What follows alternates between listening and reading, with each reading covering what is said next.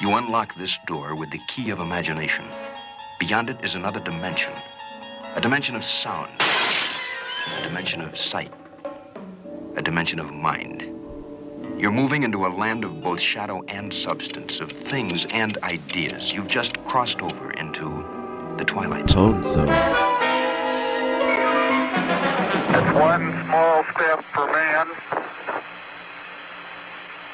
one giant leap for mankind. Oh, that looks beautiful. This stream's made possible by viewers like you.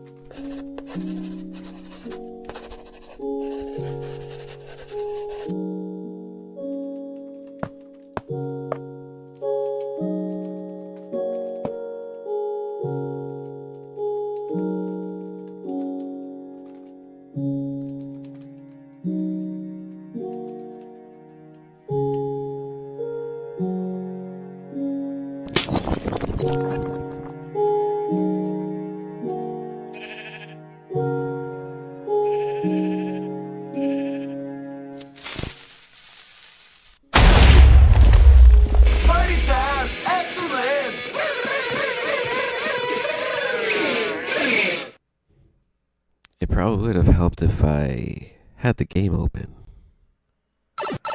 What up, folks? HeadshotH4rry here. Oh, it's you. I see you haven't subscribed yet. Do I need to remind you what happened to the last guy who didn't subscribe? You monster. We almost got started at noon, exactly. Just a minute off or so. Welcome to the stream, folks. HeadshotH4rry. Today we are going to be listening to some UFO podcasts, and we are also going to be playing some Minecraft. It almost rhymes. Hold on, I may need to restart my game. This feels wonky. I'm going to restart my game. But use this time to, like, subscribe, share. We're going live. We do this live. So say hello. Don't be shy. Tell me what you think. I want to know your thoughts. But yeah, today's podcasts are going to be, the first one that's up is going to be Jeremy Cabell and George Knapp, a.k.a. the Weaponized Podcast. You can search Weaponized Podcasts on YouTube. Links to these podcasts will be posted in the comment section below after the stream. Let's get started. I'm going to do a quick introduction on my Minecraft world. This world has been around since 2011. This is running like garbage. Oh, I got to figure out what's going on. Oh, it's Steam. I remember this happened last time. When I closed Steam, it all fixed itself. Or something.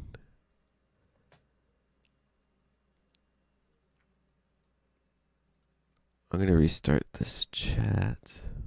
This is a professional stream, folks. Get used to it. Weaponized Podcast featuring James Fox. James Fox recently came out and did a press conference on the Virginia UFO incident case in Varginha, Brazil in 1996, We're not building a UFO over here. I know it kind of looks like that. But I might demolish this, to be honest. But we're going to be listening to what he has to say. Check out these podcasts. Links will be provided post-stream. Let's get started. E em 1996, no dia 20 de janeiro, eu fui Let me chamado make sure this para ver sounds paciente, good. né?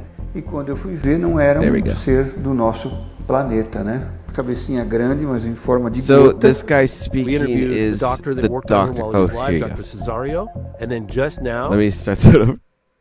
we interviewed do nosso planeta, né? Cabecinha grande, He's mas em speaking forma de Portuguese, gota. obviously. the doctor that worked on him while he was live, Dr. Cesario. And then just now, for the first time, participating in the new cut of Moment of Contact, we got an interview. Thank you, Marco Leal, for helping make that happen with the two forensic pathologists. One that did the autopsy on the deceased military officer. His name is Dr. Armando. He's a forensic pathologist. And then his partner, Dr. Giannini, who founded the company, IPD Labs. Dr. Giannini studied the tissue samples, and he's coming forward in the film saying, I've never seen anything like this bacteria perform the way the bacteria did with him. Never before, never since. If I had to put my life, like, okay, it happened, or my life, it didn't happen, I'd no gray zone, I'd put my life on that it happened. This is weaponized.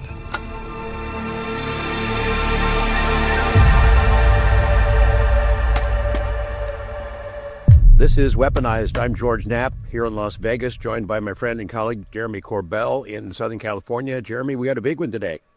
Oh, a big one, man. This is so long overdue. It's somebody who's influenced my thoughts on UFOs way before I was really doing this, and I'm excited. James Fox is perhaps the most noted director in the UFO field. He makes great films, and Moment of Contact, this great film about a huge event that happened in Brazil. Yeah, we're going to South America again, Jeremy. This happened in his film first came out in 2022, but he's been pursuing it like Ahab and the White Whale to find new evidence, new testimony to really seal the deal on this amazing case. And January 20th at the National Press Club in D.C., they're having a news conference and going to present new evidence, new witnesses, and blow the lid off what is known as the Varginha incident. Jeremy, you want to introduce James? Yeah, well, first of all, when my mom comes to me and says, have you seen this documentary? And she's pushing a documentary on me, and it's James's, I know it has reached the masses. That's good. So James has been in this fight and really trying to uncover stuff with documentary filmmaking for so long. Again, it's influenced me. I can't believe we haven't had him on before, but his work has touched across the globe.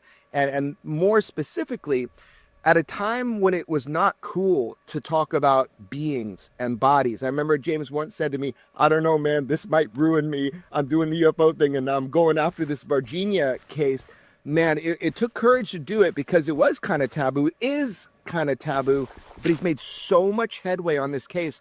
I'm really excited for my friend and brother to join us today. James Fox, what's up, man? Hey, you guys, I thank you for that lovely intro. I don't think it's deserved, but it's definitely appreciated. And I'm really glad to be finally on your show. Hello. What the heck? What were we doing? I know, we're here now, man, and you're breaking news like it's nothing. So we got to talk about what you're up to today. James, how many times have you gone to Brazil to work on this? And do you have another wife and kids secretly stashed down there? I tell you, this has had a very significant impact on my family life, and that's one of the toughest aspects of what I do. And that's really, really tough. However, it's not forever, and we've been getting so close. Obviously, the Holy Grail is the footage. That's what we're going after. That's what we've been going after. If I told you all the efforts that have taken place to get our hands on that, because there are multiple sources from multiple extremely credible people that have led us to those sources. But that's what led us to the neurosurgeon, Dr. Italo. Hold on, let's back up. Let's back up. No, that's okay. This is like, it's really amazing information, but I think you need to put it in context. This is a UFO case that dealt with a crash landing of a craft and beings and so many witnesses. And I always saw that the kids talking about the aliens that they saw of these craft. And then you come in with your documentary and you see them now. And so that was kind of my introduction to the progress you've made. But lay out for us why this is so important, why this is different than other UFO cases with witnesses being alive and how you've contacted them. Tell us about Virginia, just to give us the idea and then tell us the progress you've made. Yeah, for sure. Thank you. I was getting ahead of myself there. I heard about this case when I was making my second UFO documentary out of the blue. It was the late 90s. I'd sold my first doc to the Discovery Channel, UFOs 50 Years of Denial. And when I'm working on a documentary, I always take very broad strokes on like, okay, let's cover the Bentwaters case. Hey, what do you think about this Tehran Iran 1970s interaction? And my partners and I will throw some things on the wall and see what sticks. And my buddy, first-time partner on a film, his name was Tim Coleman. I had same partner, Boris Zuboff, prior to that on the previous film. In fact, he's been partners with me on all the films. And Tim, the new guy, goes, oh, yeah, mate. You know, we got this incredible UFO crash and the aliens survived and they're walking around the town of Varginha, Brazil. And I looked at him and I looked at Boris and I looked at myself and I said to myself, I picked the wrong partner. This guy's lost his bloody mind. Like, and not only that, I dismissed the case so fast, like I didn't read one word about it. That was done right then and there. Fast forward 10 or 12 years. I'm going to Brazil. I did Out of the Blue, sold it to Sci-Fi Universal. Then I did a second version, director's cut, took 2 years, sold it, and put that out there. Then I did a 2-hour special for the History Channel to A&E. I Know What I Saw, sold it, then refused to look into it. Then I'm getting invited to go speak in Peruíbe in Brazil. And I get a phone call from a buddy of mine who's very high up. He used to run Sony Pictures, Jeff Sagansky. And Jeff's like, oh, James. He goes, oh, man, you're going to Brazil? I said, yeah. And he goes, you got to look into that Varginha case. And I cringed. I literally had this reaction of just, oh, not this case again. I can't believe anyone as intelligent as someone like Jeff Sagansky would even have. How could he be so gullible? But I had so much respect for him, and he'd been so helpful to me over the years. I was like, oh, yeah, sure, Jeff. Yeah, when I get there, yeah, I'll look into that for you. Yeah, sure. You know, click. And I was like, I'm not going to waste a second on it. So I just want everyone to know, like, that was my position on it. And then I arrived in Peruíbe, and it just so happened, guess what? The legendary Stanton Friedman was there. And Stanton Friedman brought it up. And it was funny, actually, because we were sitting on it was really nice. We were sitting on these, like this, the terraces would pour out onto the streets, and they had these lovely view of this island. And apparently it was the only island on the planet that had this deadly snake. And it was completely forbidden, but the poison or the venom was very valuable. So these poachers would go out to this island, and you could see the island. And they'd go out there, and these snakes would drop out of the trees and kill these poachers. So we're all sitting at this cafe having chocolate pizza, which Stanton Friedman was eating chocolate pizza. Who eats chocolate pizza? But in Brazil, they have chocolate pizza. So we're all at this cafe, and then, of course, the death thing comes up, and then someone brings up the military officer, allegedly, who handled one of these creatures in Varginha in 1996, and that he had died from, I guess, inadvertently a scratch or some kind of internal, infection. And that whole topic came up, and I looked, and I had this look on my face, and I remember Stanton looked at me, and he goes, James, have you not looked in? You don't hear about this case? I said, Stanton, yeah, of course I've heard about it. I mean, but, I kind of just looked at him, and I didn't really say a whole lot. And he goes, James, I think this could be the Roswell of Brazil. And not only that, but he didn't say for sure, but he was like speculating that the Americans would have come in and gotten the debris and everything else. And then I met this other researcher while I was there at this conference through H.A. Javard, and I decided, okay, I'll look into it. And I'll look into it, and I know that within a month, I'm going to be so disappointed. I'm going to debunk everything, and it didn't happen. And that's exactly the opposite that happened. And it kept getting more. I mean, we were knocking on doors. I mean, I literally go downtown. Like, we had a sound guy with us from Rio de Janeiro. And at one point, he looked at me, and I'd walk up to old people on a park bench in the downtown Virginia area. I didn't give a shit. Like, if I got a 0.001% chance, I'm going for it every time. So I'm like, 9 times out of 10, it was like, yeah, I've heard about the case, blah, blah, blah, but I can't help you because we're looking for, like, Marta, I'm looking for the girls, like, all this stuff. And I remember we ended up finding, with great effort, Marta, the sister of the deceased military officer who'd gone in hiding, because a lot of people had just, like, recoiled from the whole case. I mean, it was just a nightmare for everybody. It wasn't a career-enhancing move to talk about it for anybody. And the sound guy looks at me, and he's from Rio, and he goes, "You got to be the luckiest bastard I've ever met." I said, "It's not luck, dude. I'm out here pounding the streets. Like, I'm knocking on doors. Like, come on." And then, oh, man, there's one thing I got a lot of weaknesses in life, but that's not one of them. And my buddy Marco Leal has been incredible. He's been boots on the ground. We get leads. We actually have I have to be careful, a mole at one of the hospitals. And the hospitals, they all talk, the medical community. So we've been meeting with this individual for over a decade. And this individual's like, go talk to this person. Go talk to that person. We know this doctor saw the video. How do you know that? Because I talked to the doctor during surgery. That doctor saw it. This is the guy that shot it. This guy also saw it. And that's how we've been slowly making our way. But it's really hard to get into, especially as an outsider, and Marco's efforts to get inside the inner circle of neurosurgeons and the forensic pathologists. It's taken years. And now, and that's, okay, so, and I've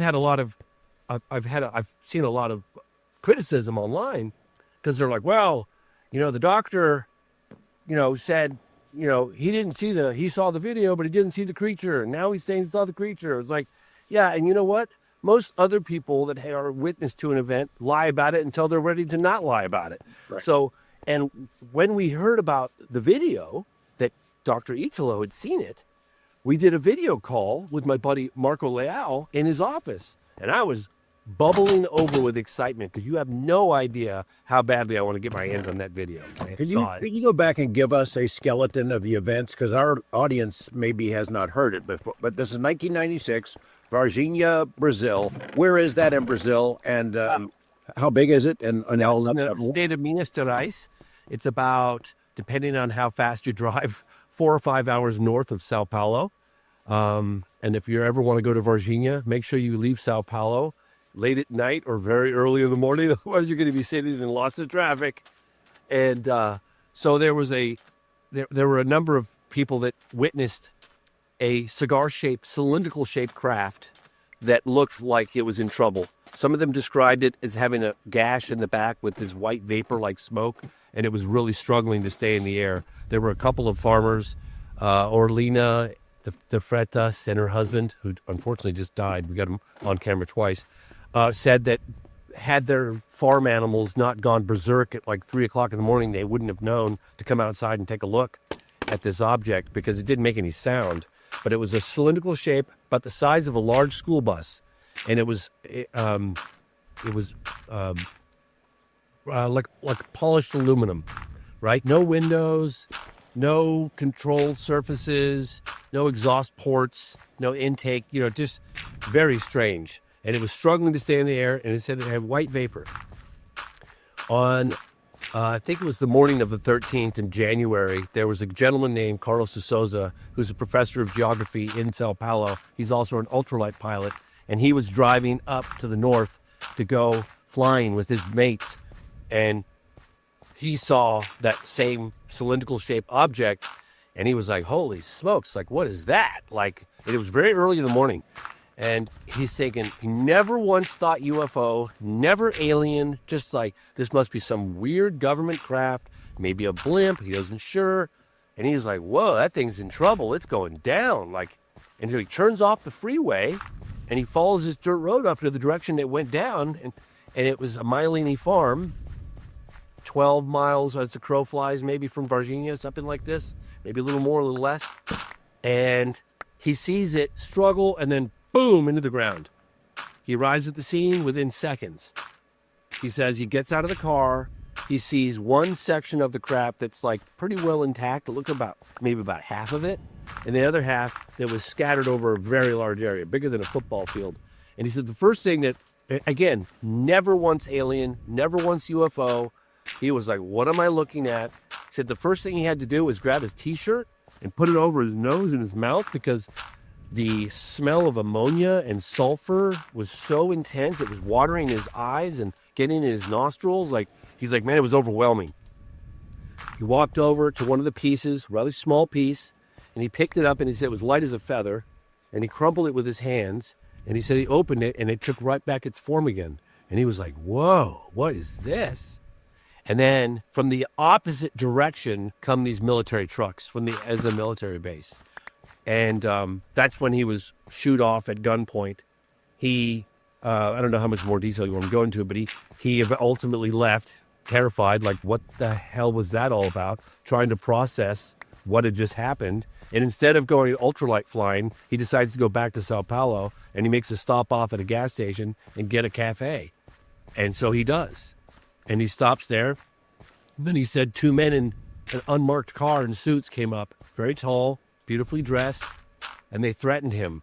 They didn't say, we're going to kill you. They just said, are you Carlos de Souza? Is this where you live? This is your wife? Like, you didn't see you didn't see anything. And if you say anything, things are going to get really weird for you. Were those witnesses Brazilian or American, or did he know? The agents. Yeah, well, so that it happened to other people as well, and they said foreigners. I said American? I don't know. They said 2 of them kept their mouth shut. Foreigners with foreign money to bribe them. But I don't know with him. I'd have to ask him that specific question, but he certainly didn't make it clear that they were Americans. But there were a lot of witnesses that did have Americans come and talk to them. No question about that. Some of them said they were from the agency NASA. They weren't really sure. But so anyway, several days later in the town of Virginia, and there's tons of speculation as to how this happened. How did they have an escape pod? He didn't see any bodies. He didn't see any creatures at the site. But he said that the section of the craft that was left over was easily big enough for occupants, no question. But there are waterways that lead up to the area where these creatures were seen, like nearly a week later. But again, speculation. We don't know. Then there were 3 girls by the name of there's lots of other witnesses. Saw a lot of military activity, trucks, people blocking off road barrack or blockades with rifles, national security. But there were 3 girls: Katya, Liliani, and Valkyria. Liliani and Valkyria were Liliani was 16, her younger sister was 14, and their older friend Katya was 21, 22. They're walking through this field, taking a little shortcut. About 3:30 in the afternoon. It's in January, and January is the summertime. It was very hot. They're going through this field. There was a cinder block wall, like the area was getting prepped for construction. Like it was an area they were building up on, and they said that they looked over at the cinder block wall as they were walking together, and it was again broad daylight, 3:30 in the afternoon, and 3:30. They see some graffiti on the wall, and that caught their eye. And they're looking at the graffiti, and then just below it, they see what initially looked like maybe a statue. They don't know. They're looking at this thing. They're getting closer to it and closer to it, and they're looking at it. God, that's an awfully real-looking statue. And it was kind of slouched down against the wall. And then one of the girls, like, that's not a statue. She screams. I think it was Liliani. She screams.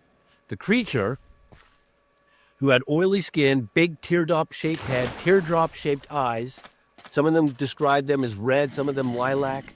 Small mouth, small insignificant nose, 3 protrusions, whatever you call that, on the head. Spindly arms, spindly leg, 3.5, 4 feet tall. And the creature, when she yelled, the creature turned and locked eyes with the girls. At which point, Liliani grabs her younger sister, Valkyria, and hightails it the hell out of there. I mean, they get eye contact with it. and it communicates very briefly with them. She grabs her younger sister, hightails it out. Then she realizes, shoot, we left Katya. Katya's behind with this creature, and they were thinking it was a devil or something because it had red eyes. So she leaves her younger sister, 14, Valkyria, and Liliani runs back. And Katya had just locked eyes with this creature. And Katya was contemplating helping it because it was basically communicating to her, help me. I'm scared. There's somebody looking for me. I need help. And like either leave me alone, leave me be, don't hurt me, or help me. That's what she was saying. Like that, there was that communication. And she was actually considering helping it. And even to this day, I just met with her a couple of weeks ago. She was like, I can't believe, like, had I helped that, it wouldn't have been captured by it wouldn't have been captured by the military. It wouldn't have been died in captivity. Who knows? But she's feeling guilty to this day. So anyway, so they leave, they grab her, they all leave. About 2 hours later, 2 military officers in the same area, Eric Lopes and this guy named Marco Cherise, were on the lookout for something very strange creature, something really unusual. Eric Lopes apparently wasn't told the specific details, like, hey, there's a couple of aliens running around. So it's about 5:30 at night, and they, lo and behold, they see this creature run across the car in front of them. Eric slams the brakes on without a moment's hesitation. Marco Cherise leaps out the back door, grabs this thing with his bare hands, and puts it in the back seat with him. And off they take it. And I was told they took it to a clinic initially, and that the doctor came out, took one look, and said, get that thing out of here. I don't know what that is, but it ain't coming in my clinic. So then they go to regional hospital, and they drop the thing off at regional hospital. And then after that, the case kind of goes cold because Marco Cherise, the guy that allegedly handled the creature, got a little scratch under one of his armpits. He was perfectly healthy, 23-year-old soldier, and he got an infection. He was dead in a couple weeks. We interviewed the doctor that worked on him while he was alive, Dr. Cesario, and then just now, for the first time, participating in the new cut of Moment of Contact. I tell you, it's new revelations of alien encounters, because otherwise you're going to find Moment of Contact. It's new revelations of alien encounters. We got an interview. Thank you, Marco Leal, for helping make that happen, with the 2 forensic pathologists. One that did the autopsy on the deceased military officer. His name is Dr. Armando. He's a forensic pathologist. And then his partner, Dr. Giannini, who founded the company, IPD Labs. Dr. Giannini studied the tissue samples, and he's coming forward in the film saying, I've never seen anything like this bacteria perform the way the bacteria did with him. Never before, never since. So then, we got to a doctor that we found like 8 years ago, that allegedly took some x-rays of a strange thing in a bag, that didn't want to come forward, ultimately did for the first cut of the film. And then we got Military X, who we knew all of his credentials, and we got him to come forward. And he drove a creature from Humanitas Hospital, possibly up to 2, but at least 1, to as a military base, as a Campinas. And then from Campinas, according to all the military people we've talked to, the Americans flew in, including the guy that saw the damn flight land unauthorized from the Brazilian government, pick some stuff up, fly a couple of choppers to Virginia, back to Campinas, and then poof, back to the United States. So what we now have for the first time in history, obviously there's so many complexities to the story, and there's photographic evidence. We've heard that from the chief of police that we just interviewed. Unfortunately, he died a few months after the interview. His name was Pedro Aguirre, and what led us to him was a photograph. And then, of course, ultimately, when we finally, after years of trying, got to go on camera, not only was there an admission of the photograph, but that he saw the body under a tarp as well. So that's but what led us to him was the photograph. What led us to Dr. Italo was allegedly video evidence, because apparently, according to a number of people that we have in contact with, the doctors, particularly the neurosurgeons, had video cameras because they would film certain procedures they do on the brain. And so they had them at Humanitas and they had them at Regional. So we've been trying to get names of people. We found out through one of our moles that Dr. Italo is most likely saw the video. So we tried to pin him down about 1.5 years ago, and Marco had me on video call, And I was bubbling over with excitement. You have no idea. Like, I want that more than I want to live. Like, I want that video. You just trust me, man. You have no idea. There's nobody trying harder than I am. I'm knocking on doors. I promise you, the stuff I could share with you, there's nothing stopping me. So we get to Dr. Italo, and I'm thinking, oh my God, maybe he knows the source, like who shot it, where it is. So we get on video call, do a little brief introduction. Marco is doing the translation, and I never once asked him, did you see the creature? I was all about the video. So I was like, did you see the video? And he confesses on the video call, but there was just a call. There wasn't recording. It was just me talking to him through video with the translator, with Marco Leal. So I was like, oh my God, like, oh shit. He's like, yeah, my buddy shot it and I saw it, blah, blah, blah. It does exist.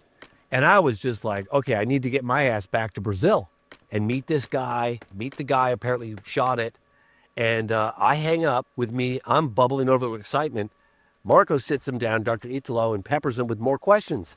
But apparently he wasn't ready to come forward. And as he's done for 29 years, 28 years at that time, he's like, that's it. That's as far as he was going to go. Didn't admit having seen the creature, nothing else. About 2 months after that, and we're calling him, and Marco and I would joke about it because I'm coming after him, dude. I'm coming back to Brazil.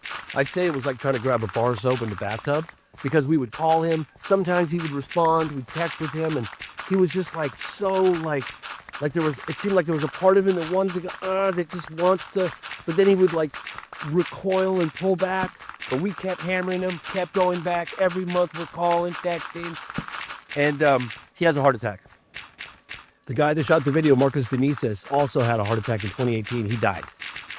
I could tell you that we went to see his widow. We went to see his mistress. He had a daughter with a mistress. We went and befriended her. I went through all of his computers at his office. I'm getting to know his secretary. I'm digging through his perfume file. Dude, no idea what I'm doing, man.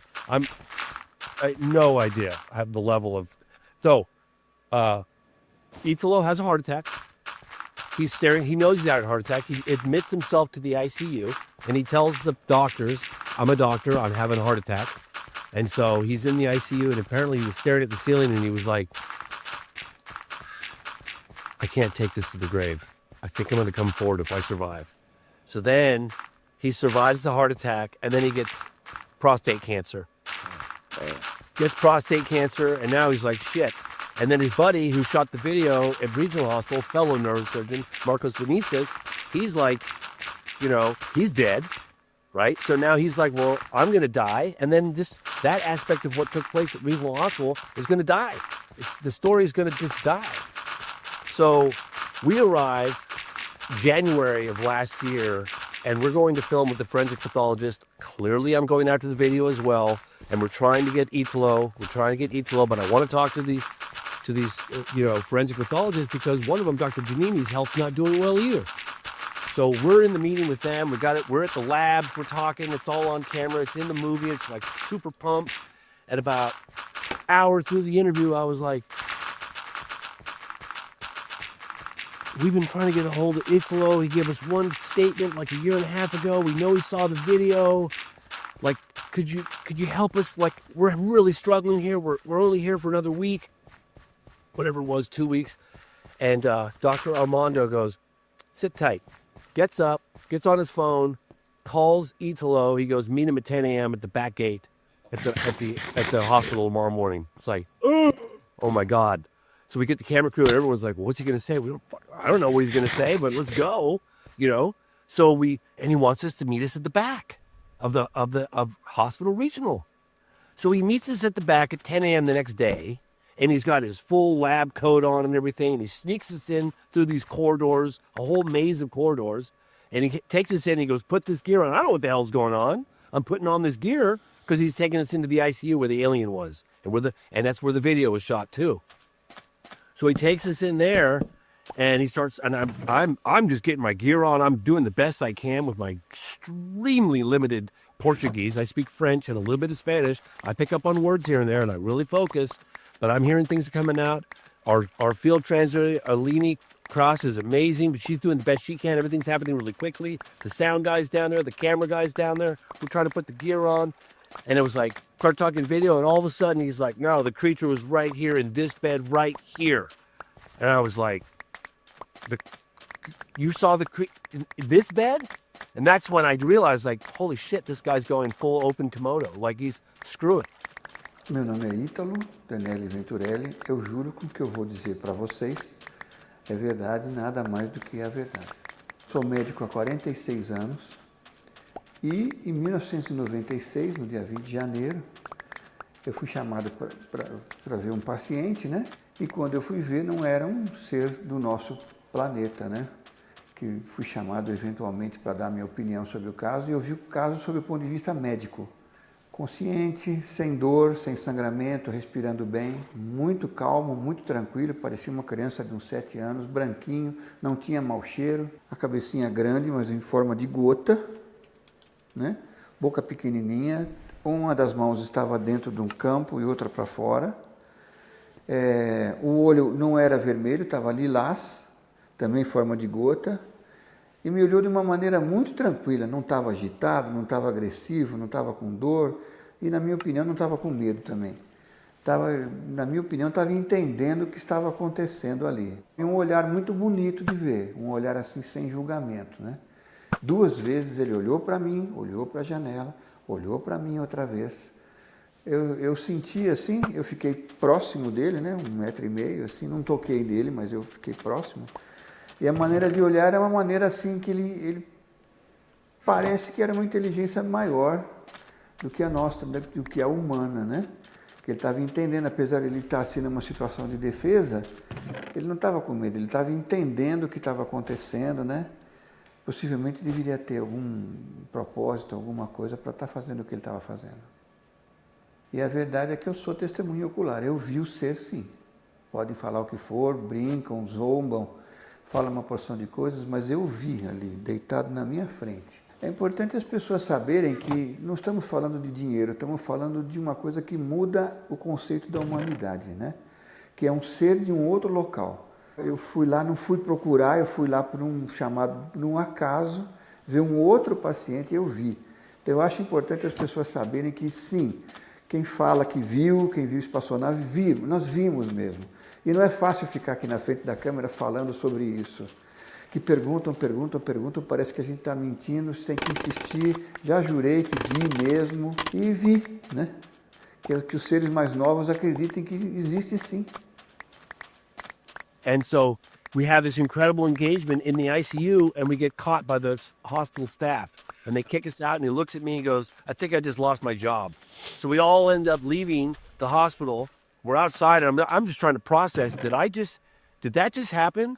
Did this guy just confess that he saw the creature as well as his buddy shot the video of the slight procedure that they did on him? So we go into a cafe, and we're talking, and I'm trying to process. You can see the camera pan across to the audio guy, to my partner Marco, to the translator, to the cameraman David West. Like, everyone's going, holy shit, this could be potentially the biggest story in the history of the phenomenon.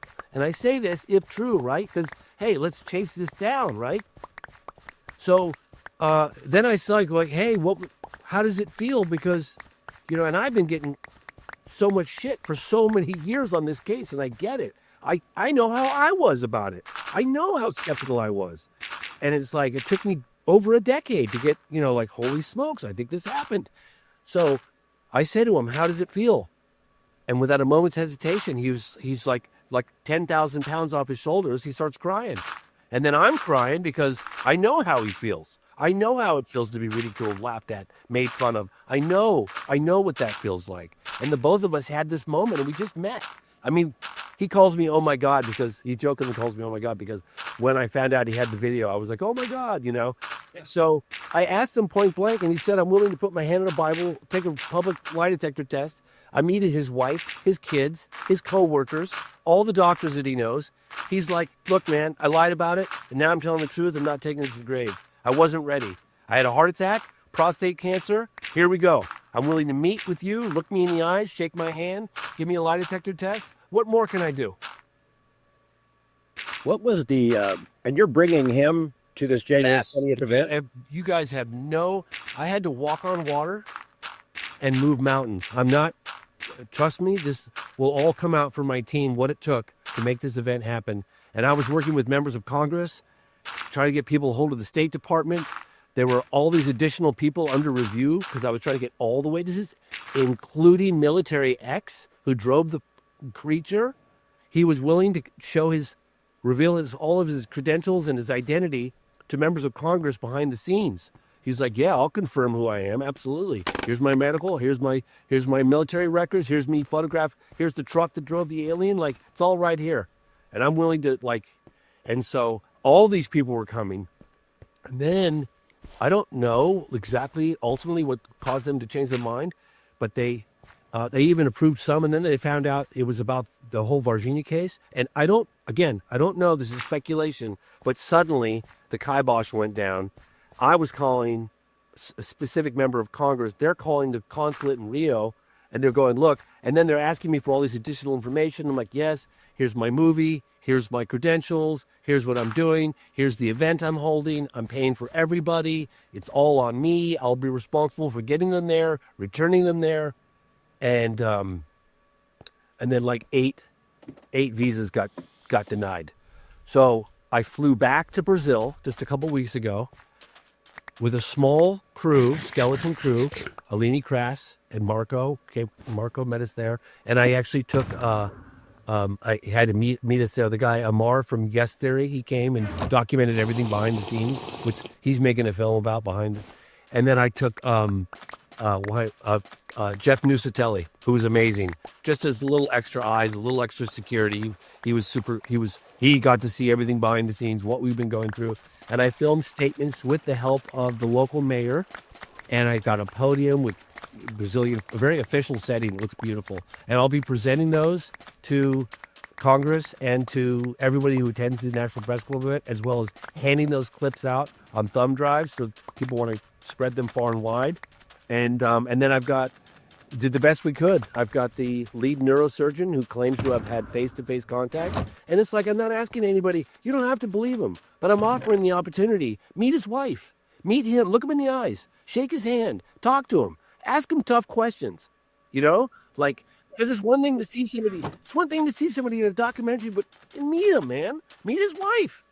Ask him, why'd you lie about it before? Why are you telling this now? Why? He'll tell you. It wasn't right. What is the why? Have they been intimidated? Was it partially stigma? They worry about losing their jobs, or did somebody tell them? All of the above. Yeah. All of the above. Yeah. It's on multiple levels. He's like, look, man, forget about the fact that the military shut this all down, right? And threatened probably 95% of the people that were involved, whoever they could possibly get their hands on. I know the person with the video was terrified because the person with the video who died in 2018, we know this because we're talking to the doctor that saw it. When he showed the video, first of all, there was a fellow doctor in the hospital. I'm not going to say which one, but he was poo-pooing the case. And he's like, hey, what are you doing later? He's like, what do you mean? He goes, why don't you come over and we'll have a drink together? Okay. So he goes over to his house. We know this because we know this individual. And this is why we know, this is what ultimately led us to Italo as well. And he said apparently he locked the door, he drew the blinds, and then he showed him on his computer, which I had the computer right here. This is it. This computer was opened up, and the hard drive was removed with laser-like precision, and the computer was put back together. I thought I came home with it. Wait, what are you talking? No idea what.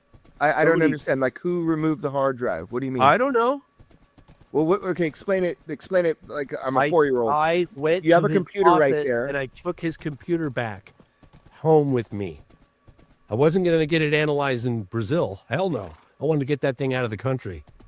And the technician called me. He goes, I just got chills. I said, what? He goes, somebody opened this up, extracted the hard drive, put it back together like nothing ever happened. Really? I could show you the pictures. Yeah. Wow. So I would just say, people just have no idea the lengths I'm going to. I'm digging through this. No idea. No, I'm getting the impression. I mean, I know you're dogged about it. You want to get the video. You want to get if there's a video of an alien, James Fox is gonna get it, right? That's where you're at. But let me ask you this, ma'am. With all these details, everything you've jumped into, the audience might know a little bit about the Virginia case. They should go watch your movies. If you had your best assessment, like what you believe right now, and I understand we could be wrong, you're fighting for the truth. Yeah. What happened? Just 1, 2, 3, 4, 5. Are we talking crash with aliens and the government covered up and the U.S. has those aliens? Okay, so tell me what happened. I can't prove it yet. Could I sway a jury with the evidence we have? I think so. Yeah, I really do. I think it's way more compelling than Roswell. If I had to put my life, like, okay, it happened, or my life, it didn't happen, no gray zone, I'd put my life on that it happened. Can I prove it yet? No, I can't. Okay, no. I understand that, but for our audience, tell us what a UFO crashed and live aliens were captured. UFO crashed and live aliens were captured. No question. You're seeking the footage of those aliens. I can't say that those creatures came out of the crap that Carlos saw, but it's a coincidence that, all these people see this cigar-shaped UFO and either in distress or crash, and then, 6 days later, there are these live aliens walking through the town. Like, I don't know. Seems like there could be a connection there. I mean, not only that, but here's another part of the story that we really made sense of this time, and I had a really tough time with this one. So when I first came to Virginia, I'm looking at the monument. There's little creatures all around the town. They even have a plaque in front of the regional hospital, and I'm looking at this like disc-shaped monument. It's in the shape of a disc. I'm like thinking to myself, that's not what crashed. It was a cigar shape. Why? How could you guys get that wrong? Well, okay, very few people saw the cigar shape. I mean, a handful of people saw it, no question. Very credible people. People at farms, 2 people at farms, a husband and wife. This other guy, Fabio Furtado. First time we ever put together Google Maps. This allegedly happened here. Everything lined up perfectly. It was like, oh my God, that's where they saw it. This is where he saw it. This is where Carlos saw it crash. Like, it all lined up perfectly. In fact, the same thing with the drone shots over where the girls saw the creature, where the capture allegedly happened, where the military blockade would happen, all makes perfectly good sense. Holy shit, that's all connected. It has to be. Like, it can be total coincidence. So, I'd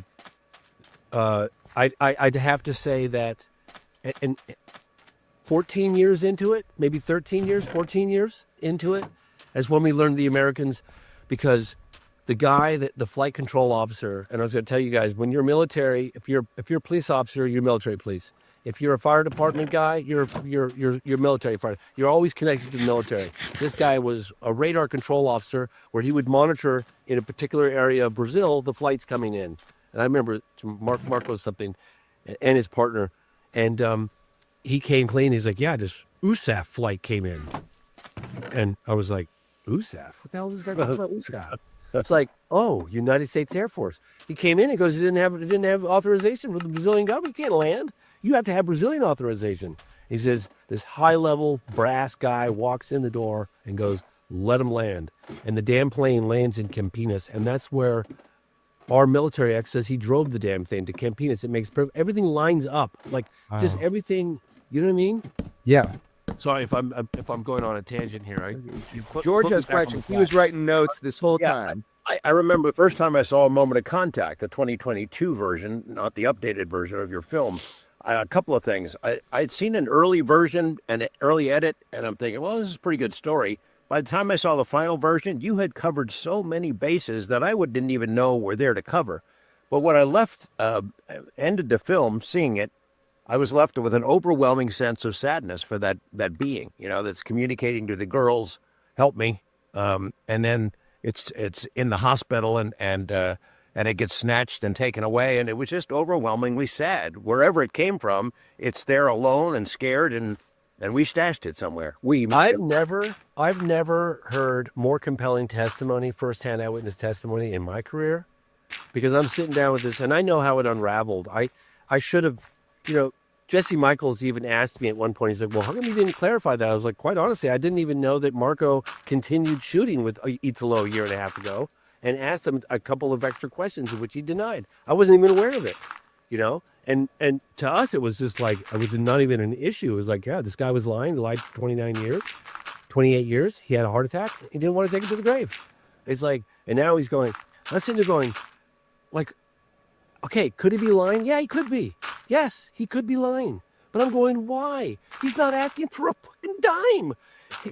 He's about to lose his job. He did lose his job. Then they realized that they were crippled without him because he does procedures that nobody else knows how to do.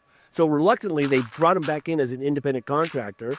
He's doing brain surgery on people at hospitals, right? He's lying to his wife.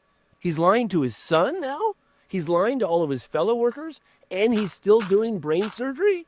Like, it doesn't make any sense. Like, why would he lie? Why would he come out here and say, I'll take a lie detector test? I'll put my hand on a Bible. What do you want? Yeah, like, what? Common sense. We should listen to what the guy has to say and then absorb that information. And you've put it together forensically, which I'm really impressed by, James. Like, when you've gone after it, you know, I understand what you're saying, how you find out there's an air controller. Turns out that's the base you were told from the driver that they moved the body. When everything starts forensically adding up like that, you can't dismiss it as a logical person just saying, oh, somebody is lying. This case is so much bigger than one person saying they saw an alien. And I really like the way you put this together. I know it's hard work, man. Pedro, thank you. Pedro Aguirre, and again, Marco Leal has been the most incredible partner. Alini Cross, our field translator, co-producer. Unbelievable how much work. She's putting so much work into this. I can't even begin to tell you what it's. And look, I'm having this event at the National Press Club because I think it's important. Like, if this guy is real and if his story is true, this is the most significant development in the history of the phenomenon.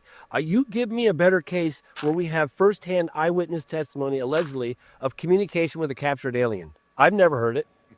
You know, I've heard of people having contact out in the field, but not someone who's in captivity. And it's really interesting because he plays Mozart, like he plays piano like Mozart. Like, Dr. Italo is amazing with his hands. Like, he's a brain surgeon. He talks about how he has to, the level of focus, he has to have 14, 17 hours sometimes straight where he take little breaks and get to come back and do the surgical procedures.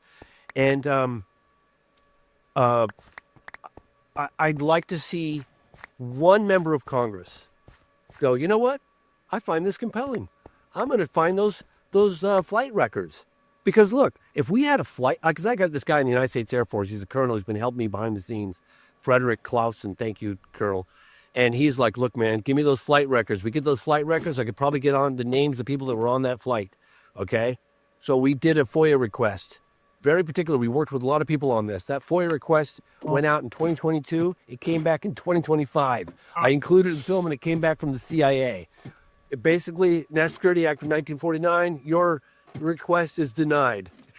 It's like, you know, and but let's just say one member of Congress thinks that there's enough compelling data, meets Dr. Italo and goes, you know what, I believe this guy. Let me look into this. Meets the crash witness, Carlos de Souza, who's also going to be in D.C., meets the forensic pathologist, listens to the statement made by his partner, Dr. Giannini, who does this incredible analysis on the tissue samples and finds this bacteria that he's never seen on Earth. Okay, I mean that's data. That's like in very very specific stuff. We have a whole statement. We'll be presenting all of that. But let's just say that one member of Congress gets like, holy shit. Wouldn't it be great to have? And we're also bringing a senator in. Thank you, Michael Schellenberger, for helping make that happen. A senator, a sitting member of the Senate in Brazil, and we want to connect them with members here and start a joint like investigation on both sides. So that's what we're doing. Because I think, if true, okay, I'm going to say this again. If true, this could be the case that settles this debate once and for all. And I'm not asking anybody out there to believe it, but help me research it. Help me dig deeper. Help me get answers. Like, let's work with members of Congress. Let's work with the Brazilian government. There are people that want to see some traction here. Like, what did these people see? Is this all fabricated? Is everybody hallucinating? I mean, there's a secondary goal. At January 20th event, you're going to introduce the world to witnesses, assuming that no one interferes further and stops them from coming. They're going to be available to talk to the world. They can see your film, new revelations of alien encounters now all over the place if they want to catch up with the new version. But there's a secondary goal, January 20th.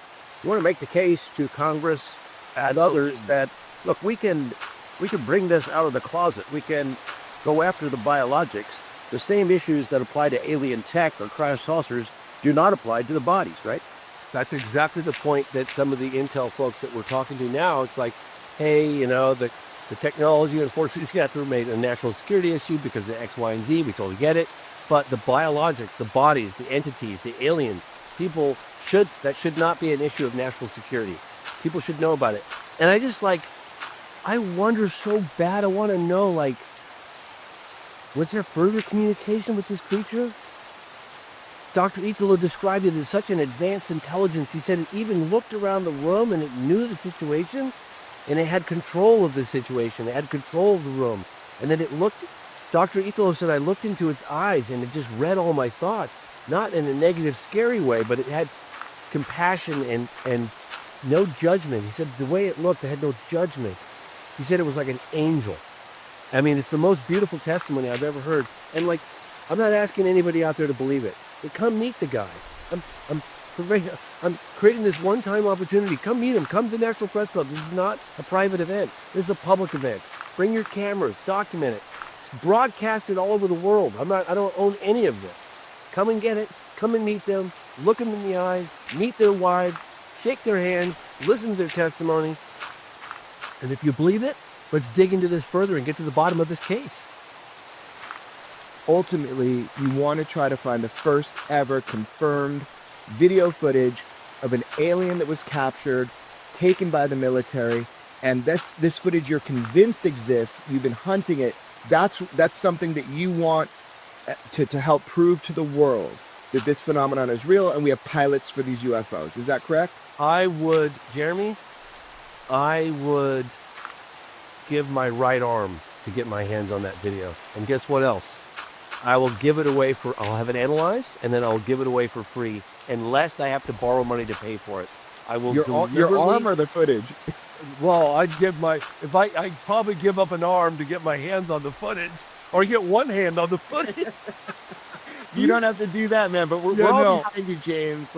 You really just fought so hard, and I think blowing it up like this, making it all public, letting people meet, asking Congress to get involved. Again, as George said, the technology might be classified, but the actual alien biologics and whatnot, it's different rules. If you can just do this successfully, bring it to Congress, I think you've got a great shot at opening more doors trying to find this footage. I think James Fox is going to find the alien footage everybody's been waiting for. I hope so. I won't stop. I'll either find it or I'll die trying. So what more can I say? But it's great to get it. I'm sure there's photographic evidence on the American side. Hello. In fact, I even got as far with a high-level intel folks I was talking with the other day, and I was like, where do you think the bodies ended up? They're like, East Coast. And that was it. I was like, no, that's all I'm saying. It was like, oh, my God. Well, good luck with the film. Good luck with the January 20th event. We'll all be watching. And as I started in the beginning of our conversation, Ahab, White Whale, that's you. Oh, thank you, brother. You guys, I really appreciate your support, and you're welcome. Your audience is welcome to come to DC. We'd love to see you there. This is a grassroots effort, and I appreciate everything you guys do. Jeremy, it's always good to talk to James, and his enthusiasm is contagious. You get pretty pumped up. Geez, I'm ready to go to Virginia and go look for this film. But there's some lessons you can take from this. I agree with him. I don't think he's exaggerating the importance of this case. I think it's great to have this event at the National Press Club where presumably major media folks can come and pay attention to this issue for once. I suspect many of them will not. They'll pass on it, even though he's going all this trouble to bring firsthand witnesses up there. But it tells you something about him and about the U.S. government. I mean, the persistence that James shared with us in that conversation is amazing. But it's also amazing whoever is trying to stop this from coming out has been equally persistent. That plane got to Virginia really fast. They scooped up all the debris, the craft. They eventually captured the beings. They intimidated all of these witnesses. And years later, they're still on it. I mean, he goes down there to get this computer, bring it back, and somebody physically hacks into it. It's amazing that the cover-up continues, that whoever they are so diligent about keeping a lid on things like alien bodies or even live aliens. And And yet you're left asking the same question we always ask. Why? Why is it so important to keep a lid, to deny it, to intimidate witnesses and keep it secret? Right. Yeah, I mean, look, it would change the world if James Fox finds video evidence of an alien that is confirmed and he could put that out to the world. It changes the entire paradigm. It cracks the egg wide open. It's no longer about UFOs and craft in the sky. It's about other intelligent beings visiting planet Earth and having done so for a long time. It is a huge deal. And this cover-up we talk about, it's very tangible. It's very practical. We see it in small ways online, but we also see it in very official ways. I mean, denying 8 visas when someone's coming to the National Press Club to testify to Congress. I've never heard of that. Like, I've traveled all around the world. I brought people in to teach my martial art classes from all around the world. To deny 8 of the witnesses to come in, yeah, that feels really suspect to me. James is a straight shooter. He's very, very tenacious.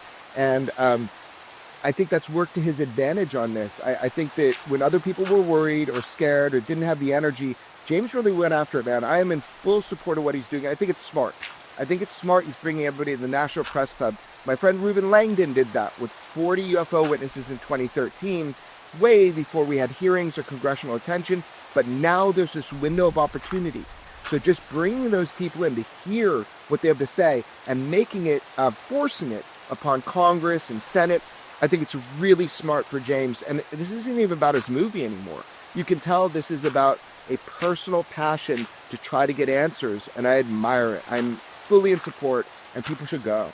Yeah, it seems like this film, New Revelations of Alien Encounters, opens up some distinct avenues that members of Congress, if they're persistent, can pursue. You know, they don't have any influence in Brazil, but they can certainly call up the State Department and say, hey, why the hell were these things denied? Why is the FOIA request denied? What grounds of national security are involved here? CIA, explain to us why we can't know that these alien bodies were brought back. Maybe it's as simple as if you know the bodies exist, then you know the craft exists, and therefore it's a national security matter or something lame like that. Yeah, and it's just amazing that if the United States had the reach to go to Brazil and to pick up these pick up these bodies, maybe even the craft himself, which James really has forensically looked at the timeline, and that really impressed me. It's not like he's wishing this to be true. As he discovered things along the way, he realized it perfectly lines up with what this other witness told me. So I think it's really interesting when we get into bodies, man. It's so emotional. We recognize that. We had people on our show last week. So first of all, our friend Jesse Michaels did this amazing YouTube documentary about these tridactyl beings. And, you know, I've had a bias all along from the beginning because of how I was approached about it. But man, when he did that documentary, it just opened my mind. We had people on last week who have a very different hypothesis. They're saying that the finger structures are off, that this is a hoax. We gave them a platform to say what they had to say because I felt it very compelling. They were very clear on it. Man, we got railed for it. People wanted to believe with not even looking at the evidence. We got railed that we're like disinformation agents. No, man, we're having people on who have ideas that we think are valuable and should be amplified. That's it. Let the evidence fall where it does. And I think James does a really good job at that. Is he presents everything. He brings people forward. I'm excited for what he's doing. I'll issue one last comment about our show previously a week ago about the tridactyls, the mummies. I don't have a dog in that fight. You know, I remain open-minded on it. I have no idea where the truth lies. And as we said in that episode, look, we let other people pursue that. We can't do every story. But these people are professionals, PhDs. They shared with us very specific objections they have to the legitimacy of the evidence provided so far. If people want to respond to that, not by responding and attacking them, calling them debunkers or hoaxsters or government agents, answer the arguments that they raise. Get specific. That's what I want to see. And if the evidence that comes forward and the arguments that come forward next are compelling, I'm perfectly willing to be convinced either way. My mind is open. But just because we cover it and allow people to raise the objections that they did does not mean that we will never believe it, don't accept it, and we think it's all a complete hoax. It's not that way, at least not for me. Yeah, no, I agree. And I think also this topic of alien biologics, remember when David Grush was in Congress, and he said this kind of for the first time in this official capacity under oath, that we have evidence of this, that he has actually seen photographic evidence of that, which he's come out later and explained. He has firsthand direct knowledge of these government documents when he saw imagery of this. It shakes the foundation of the whole UFO thing. It's the dirty little secret. If there are craft, there are probably pilots. And so this is kind of the holy grail of the UFO thing. If we can get to the point where we can confirm an alien biologic or a non-human biologic, that's a huge deal. So there's one avenue, which is the stuff out of Peru, which I'm honestly not on the fence at this point. It does not seem to be adding up. But James's story, what he has been able to uncover, I think we have real opportunity here. I would love to be wrong, and I would love to have, complete evidence of this. But the only way we're going to get there is to debate the facts, make sure we understand them, and have people like James running around trying to get footage, man. So I'm really excited for this in DC. I'm really glad that people are going to go. And yeah, man, let's see what James comes up with. Let's see how people respond to it. I look forward to it. And I guess you probably should go. You got a lot of time on your hands. You should probably go to that event, don't you think? January 20th? Man, I'm doing poor man the last 2 days. I don't know, man. I am going to go see the Chris Ramsey's and Jesse Michaels Austin live UFO show. I'm very excited about this. Bunch of friends are coming. Ernie Klein, David Foley, just a bunch of friends in Austin. I don't know if people know about this, but on February 5th, Jesse Michaels and Chris Ramsey are doing this live UFO event at the Paramount Theater, which is where we saw Age of Disclosure, George. So it's this big, beautiful theater in Austin. So I don't know, man. I'm excited. I'm going to travel for that. I'm going to go check that out. Awesome. That was the Weaponized Podcast, hosted by Jeremy Corbell and George Knapp, featuring James Fox. Since this episode, the press club that they were talking about, the press conference that they were talking about, you can go and watch in its entirety. It's on YouTube. News Nation covered it. You could type in News Nation and see their live coverage of it. There's hopefully better footage than what I have seen so far. I know there is. It's a press club, so everyone had cameras. So I can't wait till a better version comes out with clear audio and clear video. And that could be the one that we all watch. But for the time being, that conference is out there. And go watch it. It's, it is what it is. You have your feelings. I have mine. But, yeah, we're going to continue building this mystery structure. It sucks. This is why I build in dirt first. Because if I was using the block that I'm going to be using, it would have been a nightmare. But I had to restart and redo it because it was just looking really bad. I got the height kind of... It sits in the horizon nice, but the size was too big. It lost its shape. Ooh, that looks nice. See what I'm saying? It already looks more pleasing.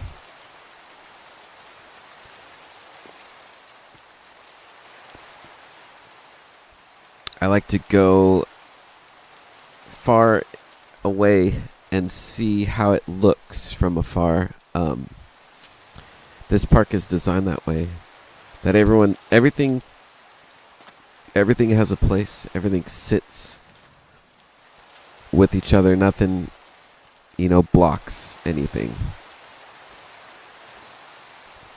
See, the height is good. It might be a little too high, honestly.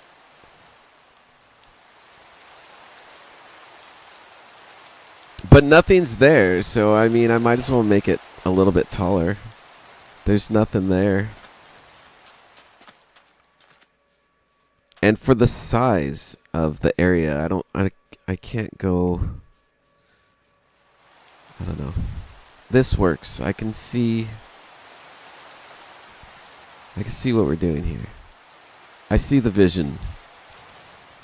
This part right here, the middle part, that's hopefully where I'm going to be cutting this off. So it's not going to go lower than that.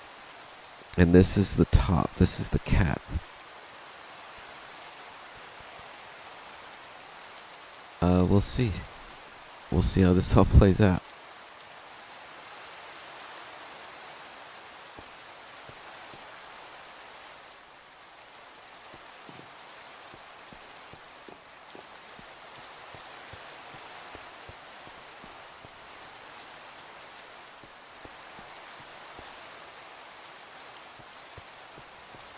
Wait a sec. Maybe I should go even bigger. Let's see how tall. If I were to make this super tall.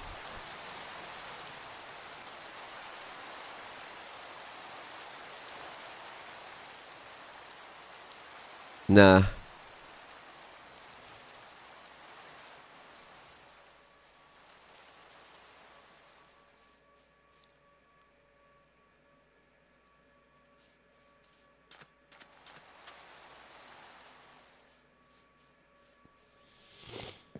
So I originally wanted to do this, or to make this a ride.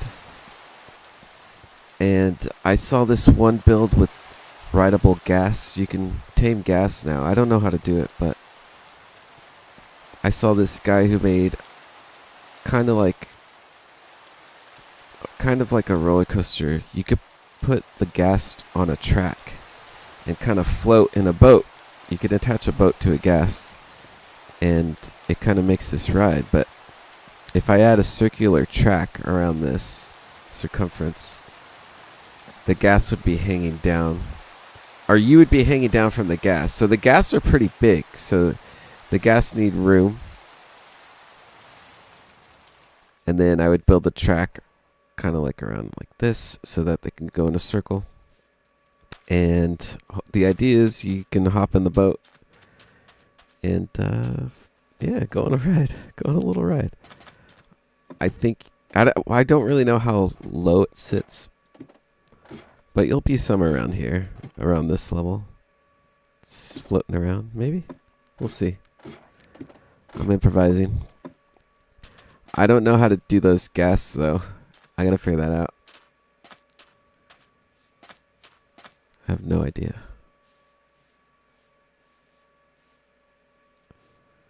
But yeah, after starting this construction, though, I fear I need to switch it up. Like, I almost want to change my idea.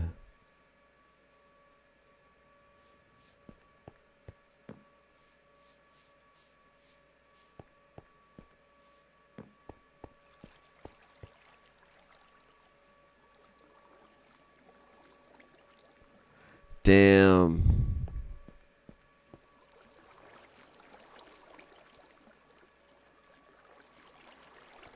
Let's keep it going. I gotta run and grab glass, like a shitload of glass. And I'm gonna start the next podcast right after this quick break. That first one was pretty good. Check out Weaponized on YouTube.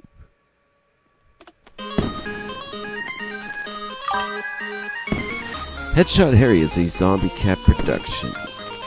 Yo guys, we're going to be back in just a moment. I'm going to be switching over podcasts. And yeah, we'll be back in just a second. In the meantime, you guys can check out HeadshotH4rry on all your favorite social networking platforms. coming up next, it's the Soul Foundation. That is SOL, Soul Foundation. You could find them on YouTube. We're going to be listening to Eric Davis. This is the Soul Foundation on YouTube. Right after this quick little break. Thanks for tuning in.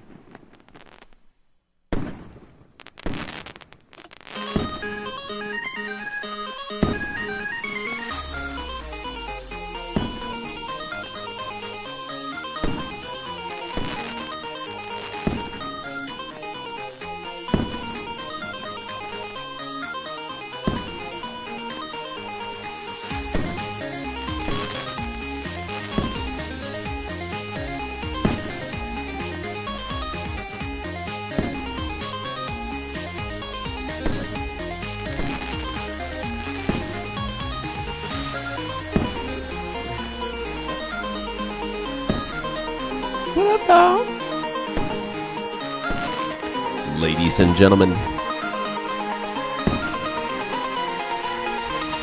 let's hit the rift. No, shit. I would love to. I'm in the mode. Let's see if we can knock this out.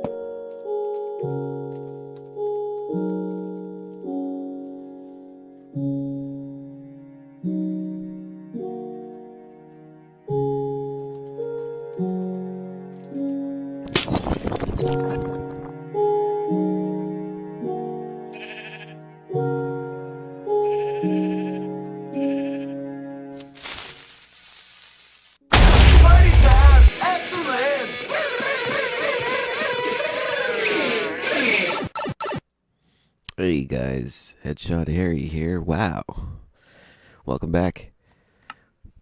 We are working on our Minecraft world and listening to some podcasts. I'm going to continue the podcast in just a moment.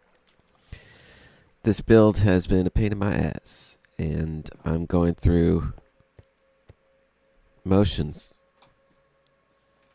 that I might want to change what this is. I thought this whole area is going to be a village. But I don't know. I've always struggled with what to do with this area. So what I'm going to do is finish this and see how it looks. And depending on how it looks will depend on what this is going to be. But we're going to do the base out of dirt block. And I'm going to take my horse because it's faster. We're going to build it out of dirt block first before we start putting in real block. Because I could see myself tearing this whole thing down after building it. This is not anything new in regarding this park. I have built and rebuilt things countless times. Because if it doesn't look right, if it's not in, oh no, I made a mistake. If it doesn't look right, if it doesn't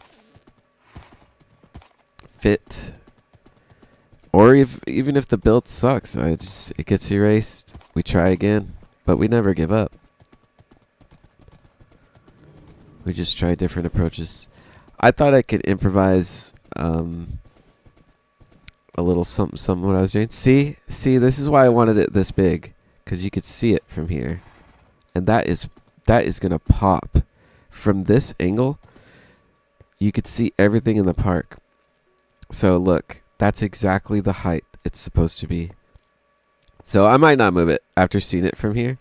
If anything, I'm scared. Okay, I'm scared that I'm gonna want to move it higher. That's what I'm really worried about. But right now, here, let's look at it from different angles. This is why we brought our horse.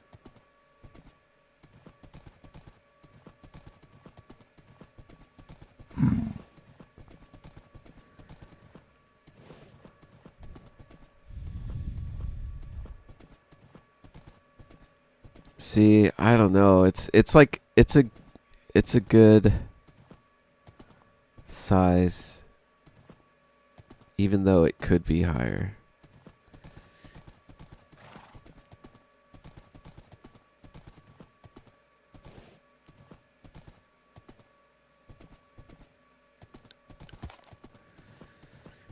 I wouldn't even want to put it that much higher, but I can see it being like maybe 5 blocks, maybe 5 to 10 blocks higher. 10 might be too much.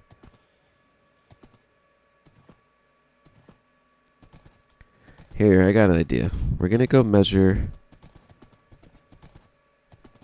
something.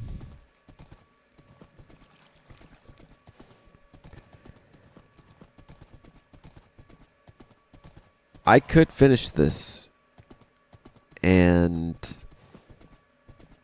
want to move it higher. So I'm trying to... Let's go measure this. This is a very important measurement we're about to do. But I'm gonna make it daytime. I can't work in this environment. Yo, there's 263 subs right now. Let's make it 264. If you're watching this, hit that subscribe button and yeah, let's go to the moon.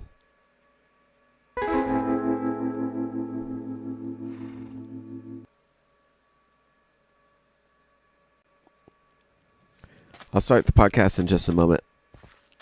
I just want to make sure you guys know what's up with this build. It is still a mystery what we're going to do with it. Well, to you. I have a really good idea of what I want to do with it. But it's just a matter of how high. So we are on... What level is this? 112.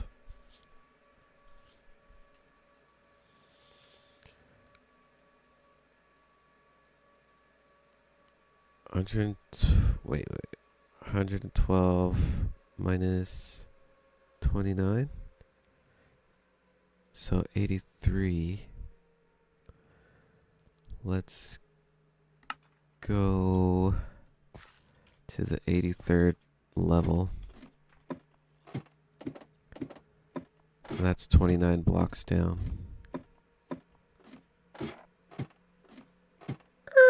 Right. Here, 83. How do I mark this? No! 81, 82, 83. Oh, shit. Dude, this is going to be messed up. Here, I'll do it with this.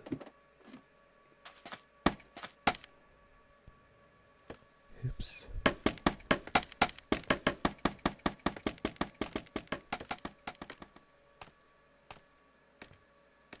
There we go. 83.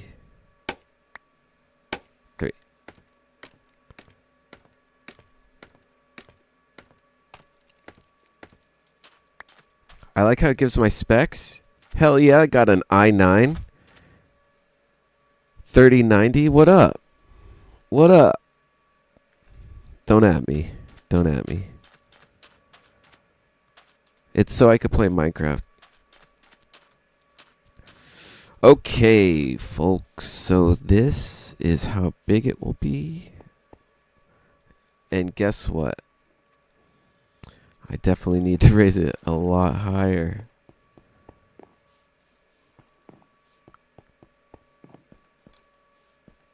Yikes.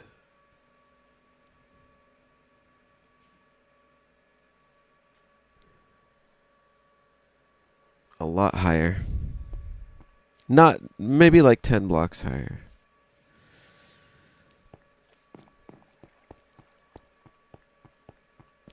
So now that we know how big it's gonna be. Actually, wait a sec. Walking up to this isn't so bad.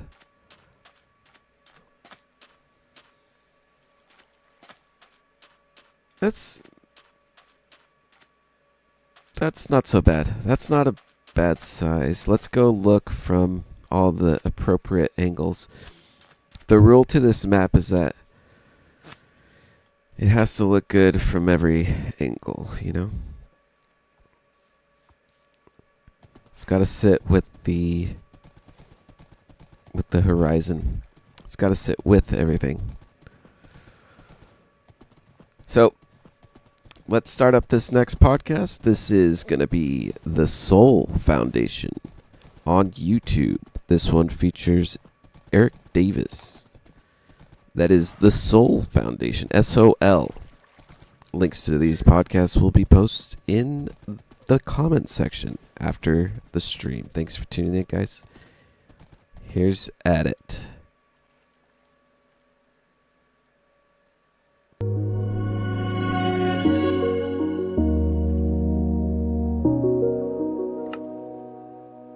The Soul Foundation exists to seriously address one of humanity's biggest questions: unidentified anomalous phenomena. The Soul Forum is a digital platform that extends the critical discussions and research presented at our annual symposium.